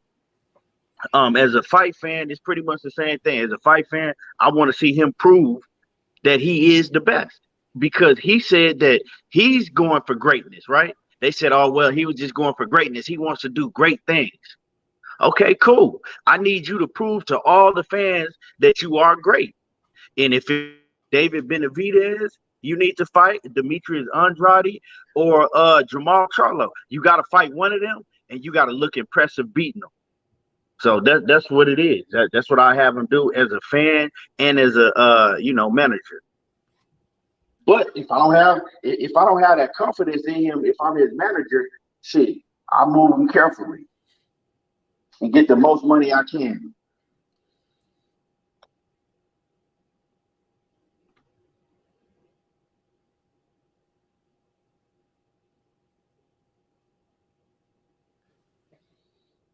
Think everybody froze up. Knockout froze. Facts. Yeah, I think he did. Yeah, he'll come back in. 817 Who was on? 817, go ahead. Rock out. Talk your shit. In regards to what I think is coming next, I mean, I know Triple G's coming next, and I think that's the best thing for him, to be honest. With Triple G looking like he been looking, we know he old and long in the tooth. That's exactly what Canelo needs to get his shit back right. Now, it depends on where his confidence is. If Canelo about his shit, then he gonna do like Earl did, jump right back in the gym since he's so distraught. Then we need to see him beating on the heavy bag here in the next week. If he really shook, then you're gonna see that time off and Canelo Triple G towards December type shit. That's how you're gonna know Canelo shook. Because real talk, he could jump back in. I don't think he didn't take that much damage from Bivol. I mean, his face was marked up and shit, but he ain't had no broken bones and no major cuts that I saw. I don't know if I'm wrong about that, but nothing major that I saw. But after a Triple G win, I mean, he needs to actually make the move, not only call one of them out, but actually make the fight. You know what I'm saying? Like, be proactive in making a fight. I'm talking about with contracts, all of that. You know what I'm saying? And just continue to mow him down like that at 168 if he really want to prove his mettle. If not, then we're gonna see the end of Canelo. If we see Triple G and then some Selecki or some other bullshit, it's a wash. Already. Salute to my brother Zulu Lion with that $10 in the super chat. He say, great panel. What's up, family? Just showing love. And I appreciate it, Zulu Line. And I'm sure y'all be sure to subscribe to all these brothers up here, man. Key, OTB, Stormy, KQKC. Y'all already be subscribed to all of them already, but be sure to subscribe to them, man. I'm gonna mute you, Key, because I'm getting some playback from you, bro. So here's my thing, right? This is what I think he should do, bro. Eddie Reynoso, first and foremost. I ain't gonna hold y'all, bro. I ain't gonna lie to y'all or nothing. I'm selfish, bro. And if I'm in his, I want to stay rich. If I got money, I want to stay rich. So if I'm Eddie Reynoso, based on what I saw, give Canelo Triple G, get some John Ryder going, get Zach Parker up in the ring. You understand what I'm saying? See if you can get Darrell. See if you can get, you know what I'm saying, the other Darrell in the ring. Like, bro, like, no, bro. Like, if you Eddie Reynoso, nah, bro. Like, not fucked up, man. Yeah, you ain't fucked up his money. Yeah. Listen, bro, y'all ain't finna mess up my bread, bro. No. Give me triple shit. Give me Triple G4. Listen, we do a trilogy. If that shit close enough, we gonna do a 4th fight. Give me Zach Parker. Give me all these dudes, bro. Cause at the end of the day, man, they built this monster, bro. He can't really afford. That's the thing. He damned if he do, damned if he don't, bro. He cannot afford. Yeah, that's cowardly, bro. But I'm just saying, if I was Eddie, I ain't talking about if I'm a fan, Ernest. I'm just saying, if I was Eddie, bro, like, listen, bro. At the end of the day, Eddie Reynoso got a family too, bro. He got a family too. So he can't be doing that shit, bro. I'm telling you, he gonna get Canelo in trouble. Now, me as a fight fan, knockout boxing, bro, I want what everybody else on the panel want, bro. Like, you gotta fight Triple G because that shit is already signed. You take care of Triple G, then I want to see you go fight, bro. I've been asking you to fight. I didn't have a channel, but I've been asking you to fight Andrade since y'all was at 154 pounds, bro. I've been asking you to fight Charlo for the same thing about 3 or 4 years, bro. Now I've been asking you to fight David Benavidez for about a year and a half now, bro. So go back and fight the guys I've been asking you to fight. Kind of like what Stormy said, bro. Like, that's what I want as a fight fan, and that's what I hope that we get, because I'm hoping Canelo pride kick in. I'm hoping that, he still have that that desire to try to go prove that he was the best, because he was trying to step on shit before he got to Floyd Mayweather, bro. I want him to go back to that Nello, the one that was like, yo, I'll fight Floyd. Oh, you want to catch weight, Floyd? I'm cool with that too. Like, go back to that shit, bro. And if you lose, I guarantee you, bro, if you go fight who we want you to fight, even if you lose, you might gain some more fans than you already have, bro. So that's what I want from him as a fight fan, is to go in there and fight the fights we've been asking him to fight. They'll sell more. You'll get more respect. And at the end of the day, man, like, everybody can't go undefeated, bro. Everybody can't go undefeated. Everybody is going, you know what I'm saying? Have certain fighters that are better than them, bro. It's okay for you not to be the best, bro. It's okay, and because you already been shown not to be the best by Dimitri Bivol and Floyd Mayweather, bro. So you know this persona that they got built up for him, this pound for pound king, unstoppable, unbeatable, all that shit is over with. So as a fight fan, I want to see you at least go get the best effort. Like me and Right Side, we argue about Devin Haney. He rates Devin Haney a lot higher than I do. But one thing I like about Devin Haney that we agree on is I like his attitude, bro. I like his attitude. I like how he goes after the smoke. Now I wouldn't advise it, you know what I'm saying, going to Australia 2 times and all that shit that he had to do to get that fight. But I like the attitude of him trying to go fight the best, and he's been consistent with that. I rock heavy with Shakur Stevenson's attitude towards that shit. Shakur always wanted to go fight the best, wanting to unify. He had to chase his unification fight through 2 goddamn weight classes, bro. People will respect that shit. I respect the hell out of Jesse Bam Rodriguez. A lot of people may not know in the chat who he is because he fight at the smaller weight classes. Some people don't like the smaller weight classes. But Jesse Bam Rodriguez is another one. 22 years old, going after all the smoke in the world. Give me the guy. I'm 22. I don't give a damn. Give me the guy that knocked out Chocolatito. I'll fight him. He want all the smoke, bro. So if Canelo can start being that, then win, lose, or draw, limitations, no limitations, whatever it is, bro, he will get the respect of fight fans. And truth be told, at 168 and fighting 160-pound fighters coming up and shit, like, you might favor guys to beat Canelo, but Canelo got a shot. Like, let's not act like the talent ain't there and he ain't a very good fighter. He got a shot. Now, those are tough fights. It'll be trouble for him, but shit, like Andrade, for instance, maybe his chin don't hold up like Bivol. Maybe if Canelo crack him with one of those uppercuts, he stops him and he sparks his ass. We don't know. We don't know, but we want to see it. We want to see the fight. So that's what I think he should do, man. Go after the smoke. You got nothing to lose at this point. You still a star. You still gonna demand big paydays. Maybe not as big as you were. You know, because when you lose money. Like, there's no way around that. Your purses get smaller for the most part. But overall, bro, like, still go for the smoke, because we gonna respect that shit as fight fans. And that's the thing that people have always had an issue with Canelo. It's the picking and choosing shit, bro. It's the I do what I want type shit. You know what I'm saying? Like, not giving us what we want, giving us what you want us to have. We don't like that shit. And so that's why he's getting the pushback that he's getting. And that's why some are kind of, you know, happy that he lost. And let me ask y'all this, and I want to pass this because I believe this wholeheartedly. Like, I think Canelo losing might just be good for boxing and a blessing in disguise. And I tell y'all why I say this. I say it because now the fighters that been chasing him and kind of putting their career on hold, just waiting for Canelo, now they got to do something. Now they might have to fight each other. Now we might finally get that Benavidez versus Caleb Plant fight. Now we might finally get Charlo to move up from 160 to 168 and maybe fight a Benavidez or maybe finally fight Andrade or some other fights that we've been asking for. So I think instead of chasing him and allowing him to dictate their legacy, I think that this could open up some possibilities that we get even more better fights than we've already been getting in 2022, because now that carrot out there in front of them trying to stay undefeated, trying to go get this big-ass bag with Canelo, well, now you know he got to build himself back up. He's not available anytime soon. So now what are you going to do? Are you going to wait on him for another 2 years, hoping that he pick you, or you going to go build your own shit? So I'm hoping, and I'm thinking, in my opinion, is that maybe this will be a blessing in disguise and be a good thing in disguise, I should say, and be a good thing for the sport of boxing. Let's pass it around opposite this time. Key, what you think of that, man? Do you think Canelo losing could possibly be good for boxing, bro? I think it's great for boxing.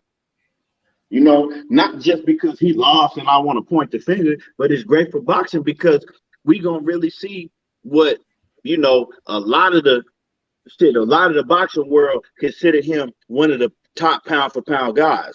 But it's always been the question mark because of how he moved. You know, it always looking like he's skipping around certain opponents. So now it's great for boxing because we're gonna be able to now really find out who he really is without a shadow of a doubt. If he continue to move like he had been moving, well, we know dude was a fraud. He ain't it. But if he run into the fire and go and get that smoke, then we gonna know, okay, you know. So either way, we gonna find out. And as a boxing fans, I think that's great. You know, as boxing fans, that shit great. Okay. I feel that. What about you, A17? You think this could be good for boxing, bro? It's absolutely great. There's no more. I mean, there's no more ducking and hiding. We know what it is now, just like he said. I mean, we know what it was beforehand. You know, he wasn't gonna fight nobody until he was forced to, till he was made to. And Bill was snuck up and fucked him up. You know what I'm saying? Fucked up the game plan. So yeah, at this point, it can be good for boxing. But again, you know, we can't put all our eggs in that basket. Like he finally gonna step up and show us he you know what I'm saying? He really about that smoke. You know, Yeah, and that ain't even where I was taking. I was saying I feel like, you know, it could be good for him to finally go after that smoke. But where I was taking it is maybe now these guys don't wait around on him so much, bro. What you think? Well, I mean, even yet and still, right? We can say maybe they don't wait around on him, but I don't think it's a necessarily wait around for him thing. I think it was a more of, hey man, we already see what the game plan is. You want us to knock each other off and do the work for you. That way you can only fight one of them. You ain't got to fight all of them. You ain't got to line up and possibly have to face 2 or 3. You know what I'm saying? But it ain't going to go down the way you want it because, you know, the way you played it. If he'd have fought these cats when they was his mandatory or whatever, then he'd be able to pick and choose by now. And he was better then, you know, or I ain't even going to say better then. He was younger and fresher then. He wasn't in the mode of bullshitting for months, you know what I'm saying, or for years, fighting lesser competition. So, I mean, the rubber hit the road now. Now you're forced to fight that greater competition. That's why I think the Triple G fight is a blessing in disguise, you know, because it's the one fight that he can go to where it ain't a danger like those others that we expect for him to take. So, yes, it could be great for boxing. I mean, you know, but I don't think these other guys are going to move any different. I think they still gonna do what they do to try to get the biggest bag that they can get, but I don't think it's going to force them to fight each other any more than it did before. I just think now he's going to be in a position where he's just like them. He needs a name, he needs somebody to solidify him or whatnot and actually prove his greatness. He's in the same boat as everyone else now. Yeah. I mean, and I hope, like, I don't never hope you're wrong, but that would be disappointing if they still just wait around and don't, like, bro. Like, I'm tired. Real quick, who you see going to fight each other now that Canelo done lost? Like, you know what I'm saying? Now I'm so ready to go. I think Charlo and David Benavidez, they can make their own big fight. I think Charlo and Andrade can make their own big fight.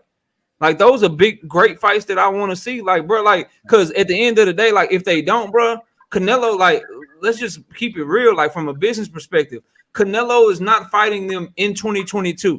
So I'm waiting on 2023 to finally see them get some smoke. And then if one of them get the Canelo fight in 2023, what are the other ones doing? Are they going to wait till 2024? I'm not saying that. I'm just saying I don't think they influence to fight each other anymore because Canelo lost. You feel what I'm saying? I think those are big fights before. I totally agree with you, but I just don't think they're more inclined to make those fights now that he lost. I think they're more inclined to try to fight him now that he lost, seeing that there's a chink in the armor and he may be less confident than he was before. So yeah, I don't even disagree with that, bro. I just hope that that's not the case. Like, bro, he's not the only path to glory. He's not the only path to a big payday. Right. You know what I'm saying? Like, it's other things you can do to build yourself up to where you can be the star and shit. Let him go fight bullshit. Y'all make your own big fights. And then what if let's say Charlo make the Andrade fight while Canelo building himself back up, beat the shit out of Andrade. Then he make the Benavidez fight. Let's say he beat the shit out of Benavidez. Now he got 2 big ass wins and now he the man and shit. Instead of just waiting around like, yo, let me just, fight whoever. I'm still going to try to get the Canelo fight because I see kinks in the armor. But instead, while Canelo is building himself back up, and you making these big ass fights and you stepping on shit, now people are gonna demand for that shit even more. Like, yeah, Canelo, that's cool. You build yourself back up, But him over here, he the man. He beat everybody that you didn't want to fight. He beat their ass. We got to see that fight, and it kind of gives Canelo nowhere to go. That's what I would like at that point. But go fight them cats that Charlo done beat or whatever. Recycle them, and then be in a position of where like I don't need them. I hope not, bro. I hope not. But I can see where you're right. He already at a point to where it don't matter what the fuck he do. That's just like him losing the Bivol. Them same Mexicans that was out there booing them or whatever, they gonna be out there chunking beers for his ass next time he fight. I don't give a damn if it's Abney yield dirham too. Shit, they gonna buy it and support it. They need to get behind. They need it, man. I'm right side. What you got, bro? Cause I can go all day, bro. Like I feel what 817 is saying. I don't even disagree with it. I just hope it's wrong because I want to see these other fight. Like I'm tired of waiting. Like I want to see these guys get it on and like and show that they really that dude, and they don't need Canelo to show that shit. They can show that shit by fighting each other. But right side, what you got, man? You think this loss could be a blessing in disguise for boxing, bro? Man, it could be. You know, the way you broke it down, I thought about that when it first happened. Man, what I always end up coming back to is promotional brands. What are they going to offer him to? What are they going to offer for the fights? And if they're still going to offer the same amount, you know what I'm saying, and the same paydays, then these guys are going to wait it out and they're going to go for those big paydays. If at the end, if Charlo and Benavidez fight, you know what I'm saying? Okay, they may make $7 million a piece, whatever the number is. Whatever that number is that they make is not going to be the number they're going to find Canelo due to the promotional brands. And so at the current moment in time, until I see a fighter go out and really build themselves, which they could have been doing this even if Canelo hadn't lost. You know what I'm saying? Find the others building themselves up. So I want to be optimistic about how it's going to change or it being a blessing for the sport. But honestly, man, I don't think anything changes. I think it's going to be pretty much the same as far as the status quo go. And unfortunately, you know what I'm saying? For us as fans, we would like to see it change and it be more competitive and the best fighting the best, of course. But once again, if the promotional brand, if they're gonna be like, well, for Bud and EJ, you know, we ain't got the money for it, but yeah, Canelo, we got $100 million to give you for 2 fights, then well, it's gonna be the same thing. Ain't shit gonna change. Yeah, I think it's gonna be the same thing. Boxing got his ass on the pedestal right now. I feel that, bro. I would hope as a fight fan like that ain't how they want to move, bro. Like it's more than one. Shout out to Uncommentary. What's up, bro? It's just more than one path to greatness. Like in the same thing, like my demands and shit, my standard and shit, it don't change because of the boxer. Like I got the same standard for all these guys. And at the end of the day, yeah, I want Canelo to go get smoked. I want him to go prove himself, show how great he is, show you know what I'm saying, show if you really are that dude. But shit, I want the same thing from Charlo. I want the same thing from Andrade. I want the same thing for Plant, Benavidez, all these fighters, bro. And to their credit, like if we talking about Canelo, like at the end of the day, he proved more than them. Like if I'm just keeping it a buck and being real with y'all, he's done more than those guys. So why are they above fighting each other and trying to go give us the smoke that we've been asking for as well and going to build themselves? Like you don't need Canelo to build you, bro. That's all I'm saying. My shit just apply to everybody, I guess is what I'm saying. Like I hold everybody to the same smoke, and I'm always gonna be that way. And I want to see them guys fight. Like, bro, like I'm a fight fan at the end of the day. I want to be sitting up in front of my TV, watching these goddamn fights, listening to KQKC call them, Stormy B Man doing the after show. And while I gotta watch fucking Canelo and Triple G, if I gotta watch Canelo and Triple G, why the fuck I don't get to watch Charlo and Benavidez? Hell, they fighting a month apart. Why don't I get to watch them fight in September and October? Why the fuck I can't watch Benavidez and Plant? Why I don't get to watch, you know what I'm saying, fucking Andrade versus Plant or Andrade versus fucking Benavidez? Why don't I get to see these fights? I want to see all this shit, bro. That's all I'm saying. But let me go to OTB. OTB, what you got, man? You think this would be a blessing in disguise for boxing, bro? Of course I do, man. And I think that the domino effect is what you just said, because now we got to rush to be his mandatory. And we know everybody's personal incentive in doing so. When he in a position to where he have to take that fight, we know he can't. His legacy can't take. He talking about he want to be legendary. His legacy can't take him not fighting Charlo twice when he is mandatory, not fighting Andrade twice when he is mandatory, taking Benavidez's belt once he gets stripped. Like, let's be real, your legacy can't take that.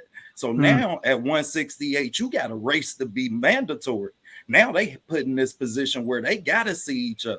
Now you got to prove to your promotional company that you can win that fight. You got to prove to your fans that you can win that fight. Oh, and let me mention, it's for undisputed too. So, everybody got to step up to the plate. This was beautiful for boxing. This was beautiful for boxing fans, and I can't wait to see what the reality of the domino effect is. Already. Stormy, what say you, man? Well, I think OTB hit the nail on the head, man. That's a great comment right there. Is it good for boxing? Not necessarily. What is good for is good for the individuality, for people to really get a lead into who he is as a fighter and his character as a person, because he should want to turn things around. He should want to be able to come back and say, hey, I'm still the man. I want to prove myself or whatever. We've seen that from great fighters in the past.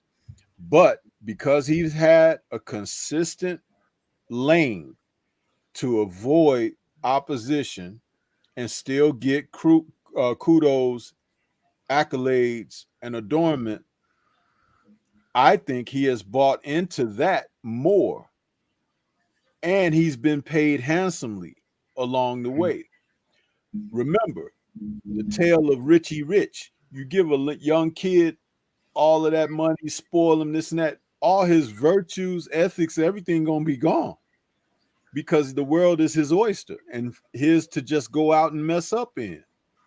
And it doesn't matter the law, it doesn't matter a line of discipline, it doesn't matter. It's because they can do as they will.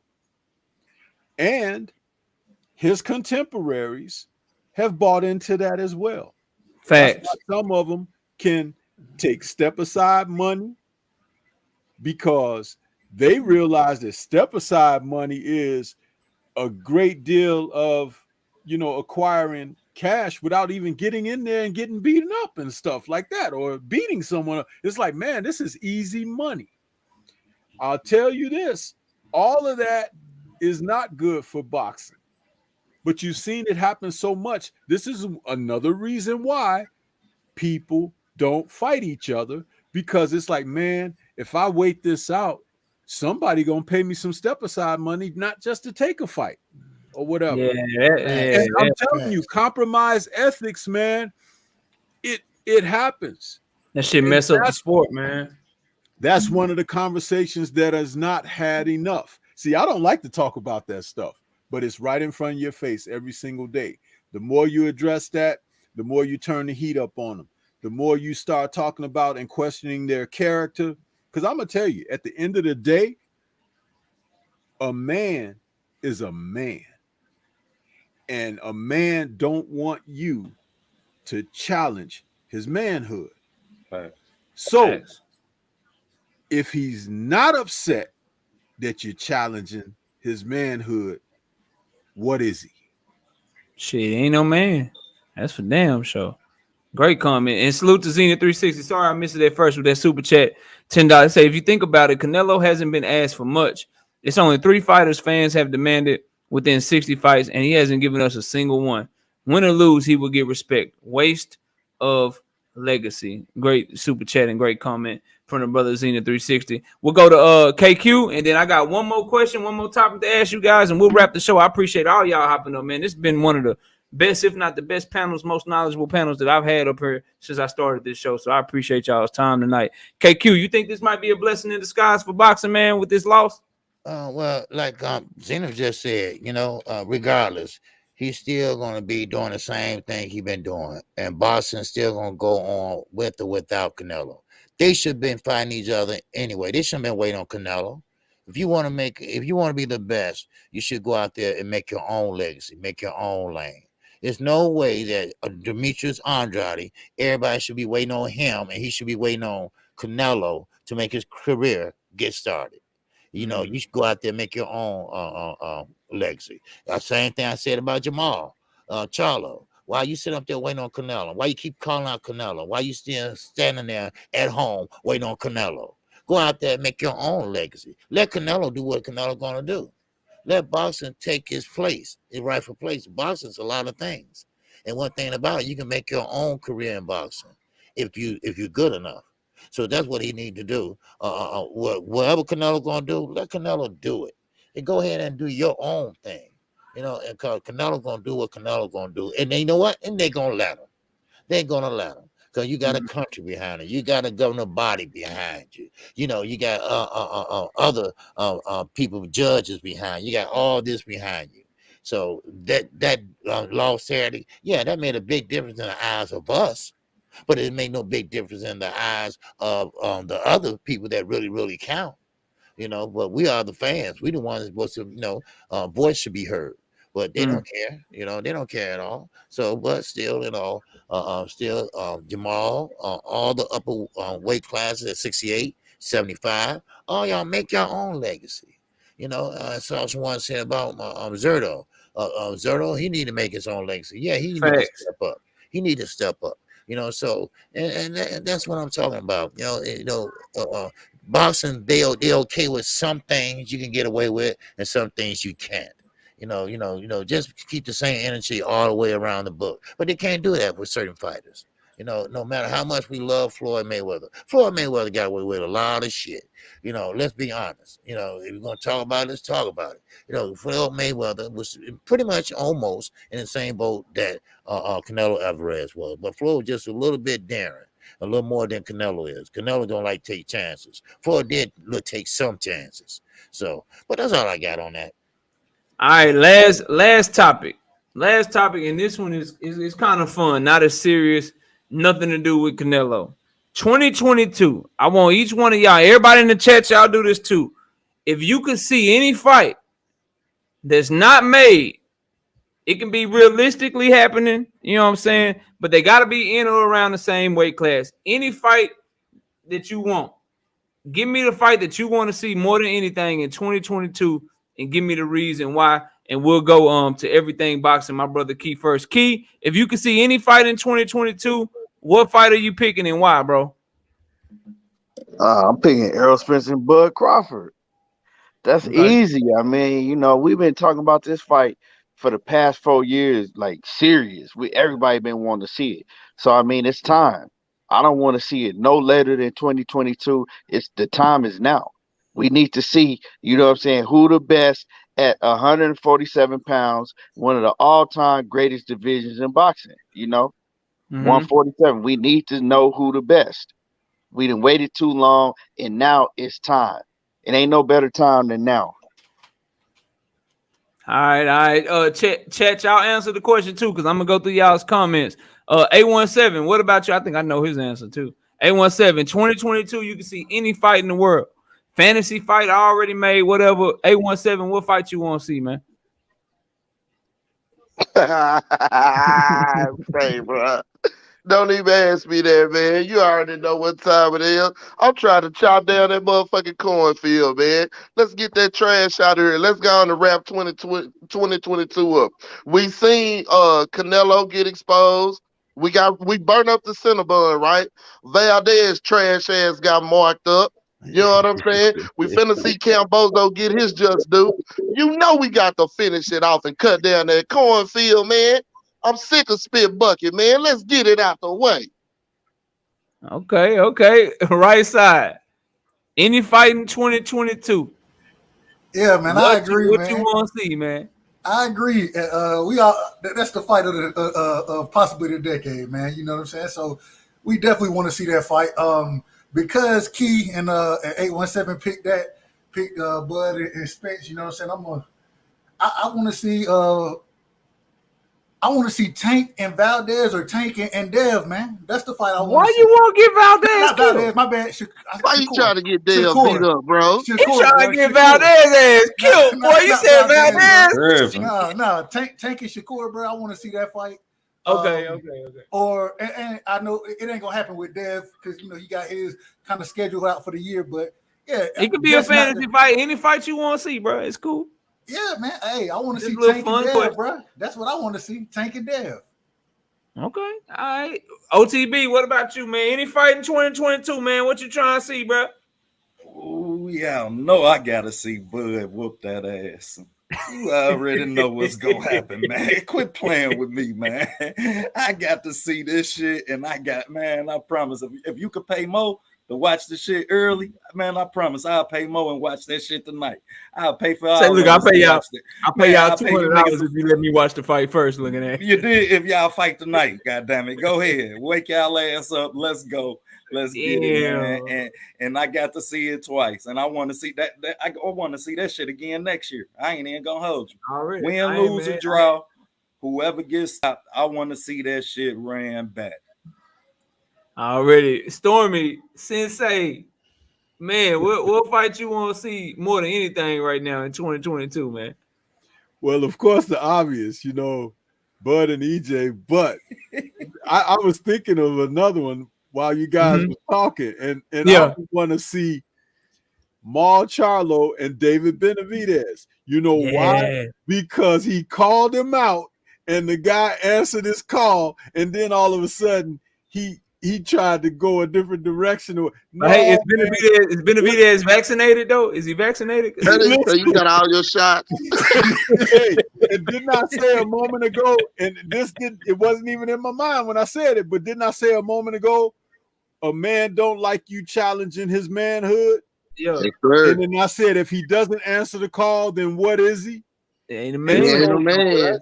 Hey, and Benavidez, did he answer the call or not?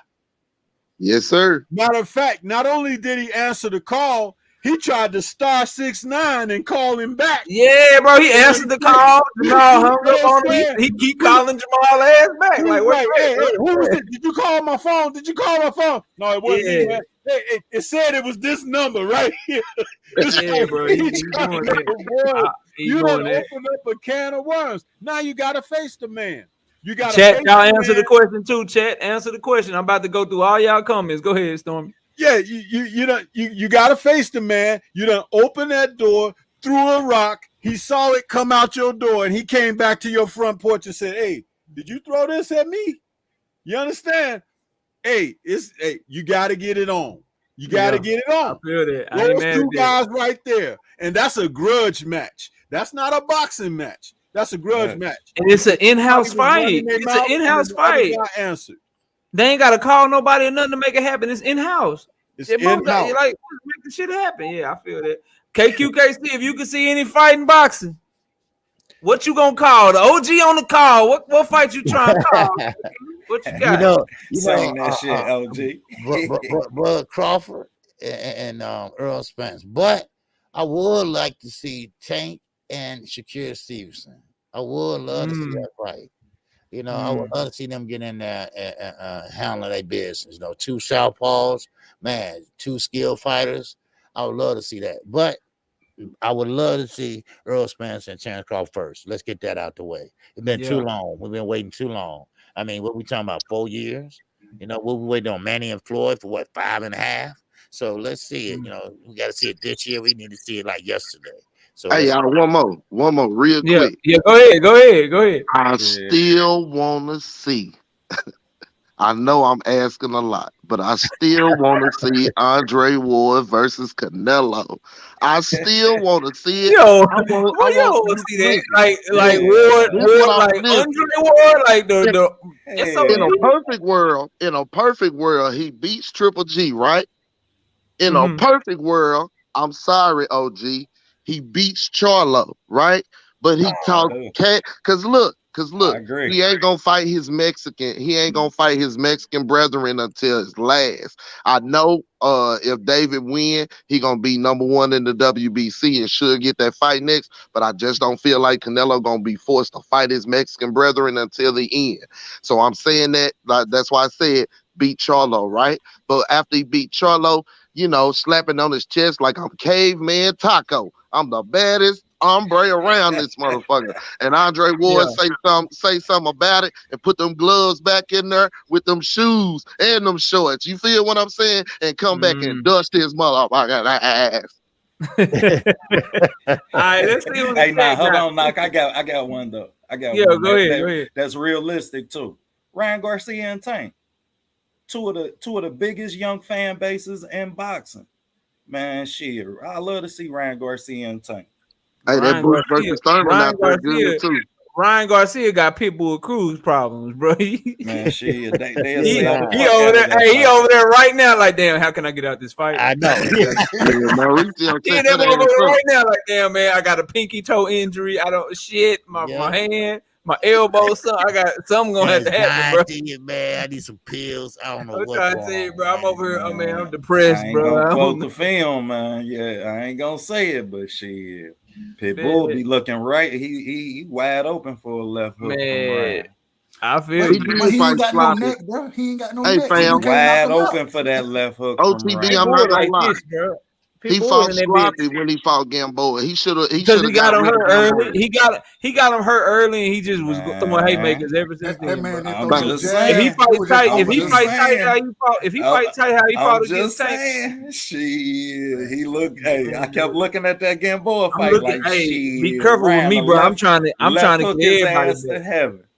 I don't think he was. I'm betting push-ups with everybody. I'm gonna have a show called Push-Up. Maybe everybody else doing push-up. Trying to bet against me. Once I drop the film, I ain't gonna quote that. Yeah, bro. I ain't trying to lose no more. But let me see. Mo Boxing say he want to see AJ versus Fury. And shout out to Mo Boxing. I ain't seen you in a minute, bro. Salute to you. Bud versus Spence. EJ versus Bud.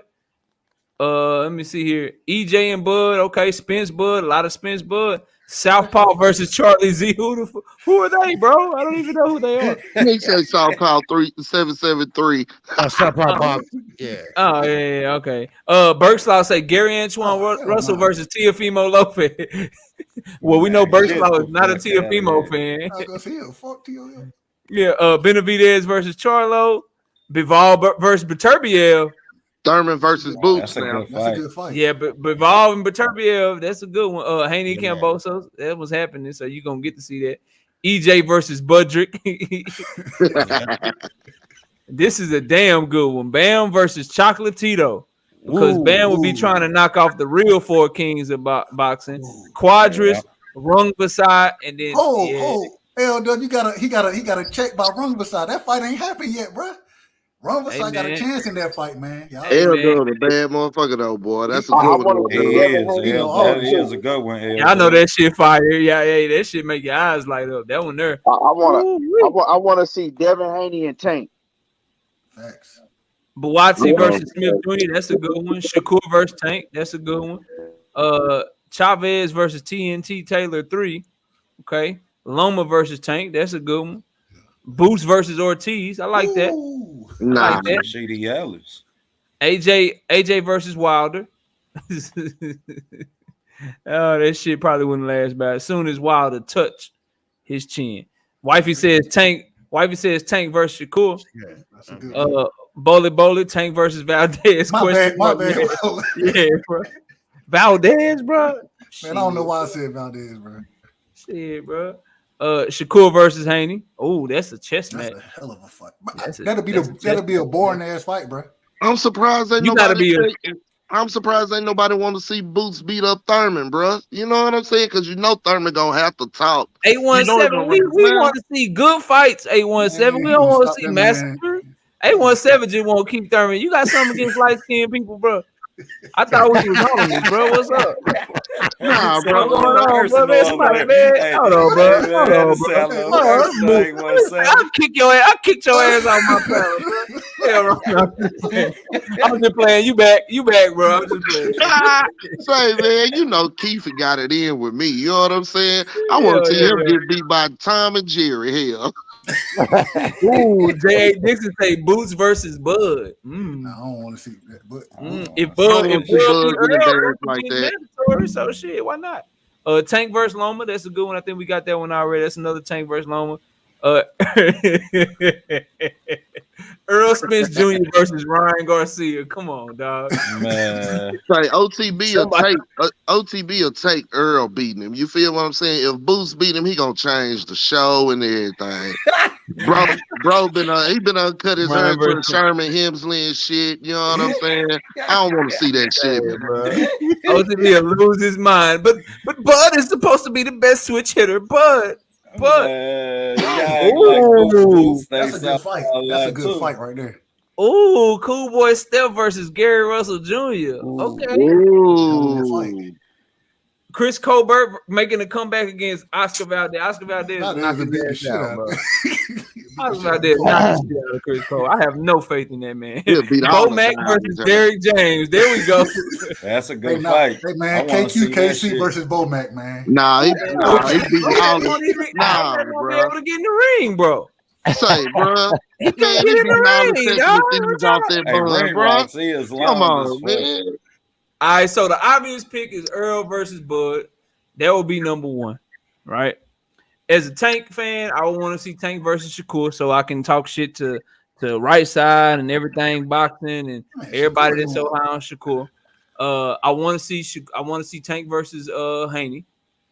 Let me see. I love to see Boots get the winner of Spence and Bud. I would like to see the winner of Jamel Charlo and Castano fight Tim Tszyu. Man, I want to see him fight Fundora, bro. Fundora got a lot of holes. Hey, I still want to see it. I'm worried about Fundora against guys like that got beards on them. They can take it because only thing with Lubin, he couldn't take the shots that Fundora was hitting him with, and his defense ain't as good as those guys. Like he was doing good offensively, but Lubin he couldn't stick to the game plan, bro. And his Bro, feet, Lubin, he didn't get talking knocked about out. He just got fighters his with face good broke, feet. bro. Clarence Martin says knockout versus everything boxing. I would never fight my brother, bro. Never fight my brother, bro. Why you want to see us fight, bro? That's the homie. What's wrong with you? Time man? his ass. I want to see BFT being punch drunk. Come on, dog. Come on, dog. J.A. Dixon says AB versus Montana Love. Nah, that'll be, boy. They're gonna throw 4 punches. Hey man, leave Ohio alone, dog. Man, y'all don't be throwing no punches out there, bro. Why don't y'all let y'all hands go, bro? Why don't y'all let y'all hands go? Don't worry, man. Duke gonna make us look good. What man. I We got tell some y'all shit about coming Montana up. Love? I told you he wasn't it. You did. I told you y'all did. he wasn't it. OTB. See, Why I would say he from Cleveland, but that's all right. But OTB, answer me this before we wrap the stand show. on Ohio, man. Hold up, bro. Montana gonna be all right, bro. Answer me this before we wrap the show, bro. How you feel about him coming out with all that swag and all that shit and then doing that shit, bro? Man, how you like that shit? Like you gotta show up and show out when you act like that, bro? First of all, man, we just was glad Montana made weight. You feel me? Shit, that's the struggle with Montana. If you know, then you know what I'm talking about. Yeah, man. Yeah. We just was he glad came in 4 pounds overweight in his last fight. I ain't mad at that. Exactly. He done been missing weight his last 3 fights. So yeah, man, shit. I gotta say, we was just glad he made weight. Now we can focus. Hopefully, he can get back focused and we can see the best Montana. Montana Love is a lot more talented than what we seen though. Already. What you think he do at 40, bro? What you think he do? What you mean? I told you I got Ohio against everybody, man. That mean I don't see nobody at 140 that beat Montana when it's a good Montana. But man, we have yet to see a good Montana. Bro, you gotta get off the fan. That nigga continue to get the Beijing beat out his head. You cannot be up here saying shit that we know you don't believe, bro. That's like saying the Lions going to the Super Bowl, nigga. Hey, the Bengals just went. Shit. They did. But look, man, I gotta wrap the show, man. Let's get last words, man. Let's get everybody, let everybody know where to find you, give you last words, all that shit. Let's go to KQKC first. KQ, let everybody know where to find you, man. And all that good stuff, man. Appreciate you hopping up. Yes, sir. You can find me right here on YouTube, KQKC Boxing Network. Come on, Monday through Friday, 12:30 p.m. Central Time. Call-in show Saturday mornings at 10:30 a.m. It's a fight on Saturday night. I will call that fight. And then Sunday mornings, join me and Knockout Boxing, 86 TV, with the morning after show at 9:00 p.m. Central Time. All right. We'll be changing alternating platform each week. So you have to subscribe to both channels. All Yes, right? sir. Yes, sir. And that's it. Appreciate that, OG. Stormy, let everybody know where to find you. I got Stormy's link in here. And everybody that got a channel, drop your link when you talking. I'm gonna have your link up there. But Stormy, let everybody know where to find you when you're going live, dropping content, all that good stuff, OG. Yeah. First, let me say thank you for having me on, man. This was a great show. I'm glad to be a part of it, participate. Much respect to everybody here on the panel, man. I listen to all you guys, man. Everybody can find me right here on YouTube. Links in the chat there. I got the Tuesday Tussle. On Thursdays, I do a live. On Fridays, I got the Friday Night Chop Session. All of those shows are 8 p.m. Central Time. Then on the weekends, when it's the fights, I come on right after KQ. When he does the call for the fights, I do the post-fight show. And then on Sunday mornings, I got the call-in show, 10:30 a.m., just behind you guys for the, call-in show, answering the bell. So we be working it, man. And sometimes I mix a few extra things in between when I get a chance. But I just try to be very consistent and on the level with what I do. But I appreciate everybody that shows that support and love. I try to give it back in turn too. So appreciate it much for everybody. Yes, sir. Yes, sir. Appreciate you, Stormy. A lot of jewels dropped by Stormy today. Y'all go subscribe to Stormy. He dropping jewels out here, man. You know what I'm saying? Y'all better subscribe to these OGs, man. We learned a lot from them. KQ, Stormy, man. You better get you some wise men in your life, man, and talk to them, chop it up with them to teach you a lot. Keep your head on straight. OTB, what's up, man? Give your last words, bro. Facts, man. Salute to the panel, man. Definitely enjoyed the show tonight. Salute to you, Knockout, of course. Salute to the bros. Y'all can find me at OTB Boxing Class, 1-on-1, man. Monday, Wednesday, Friday, 9 o'clock. We on Loyal to the Game, Boxing Talk, man. Shit, we definitely working. We gonna be dropping some showtimes this week, trying to get our schedule together. But we got some Brian Castano, Jamel Charlo film out. We gonna have Castillo Clayton and Jerron Ennis out in the morning, probably by 10, 11 o'clock Eastern time. So yeah, we definitely working, man. Go check out that Jamel Charlo, Brian Castano put a lot of work into it. It's a little long, but for you fight fans, man, that don't be knowing what's going on, we definitely gonna teach you something. Already, classes in session. Appreciate you, bro. Y'all go check that shit out, man. The man know what he talking about too. Right side, what's up, man? What you got, bro? What up, bro? What up, man? Always rocking on the right side, man. So, hey, we gonna get it. We gonna make it happen in a minute, man. Work been on my ass a little bit, but we gonna figure it out. But goddamn, y'all can always find me at right side, man. W_right side, and yeah, man. Damn knockout once again. Always a great show. KQ, yes, I love rocking with you on the panel. OG, Stormy, you know what I'm saying? Love it. Everything boxing, OTV, 817, man. Much love to all y'all brothers, man, and much love to all the chat.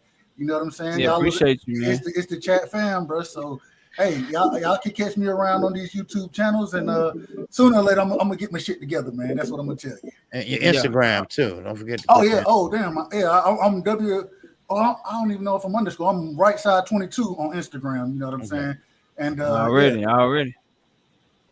Yes, sir. Yes, sir. And uncommentary, bro.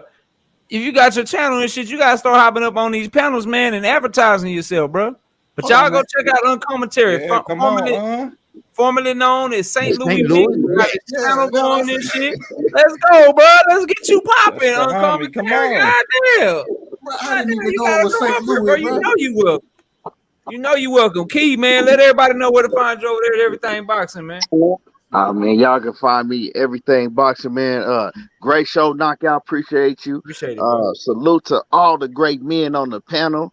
And yeah, look forward to doing it again. And like I said, y'all can find me at Everything Boxing. Already. 817, what's up? Well, we can find you everywhere. Start the shit, but man, let everybody know where to find you, dog. Everybody's favorite heathen, you know what I'm saying? Hey, I'm just honored to be on the panel with these men. All jokes aside, you feel what I'm saying? Y'all get me through the day.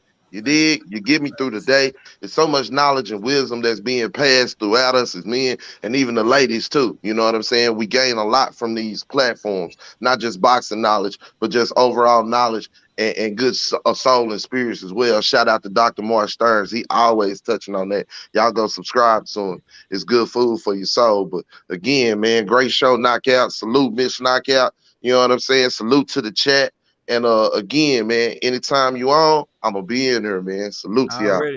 Appreciate that, bro. Well, look, y'all know where to find me, man. Right here, Knockout Boxing 86 TV, live every Wednesday night, 7:30 p.m. Every Thursday night, 7:30 p.m. We got a prediction show tomorrow, man. And it's a big one. We got 11 predictions that we're going to be bringing y'all. So y'all be sure to come check in with us as we break down the upcoming fights for this weekend.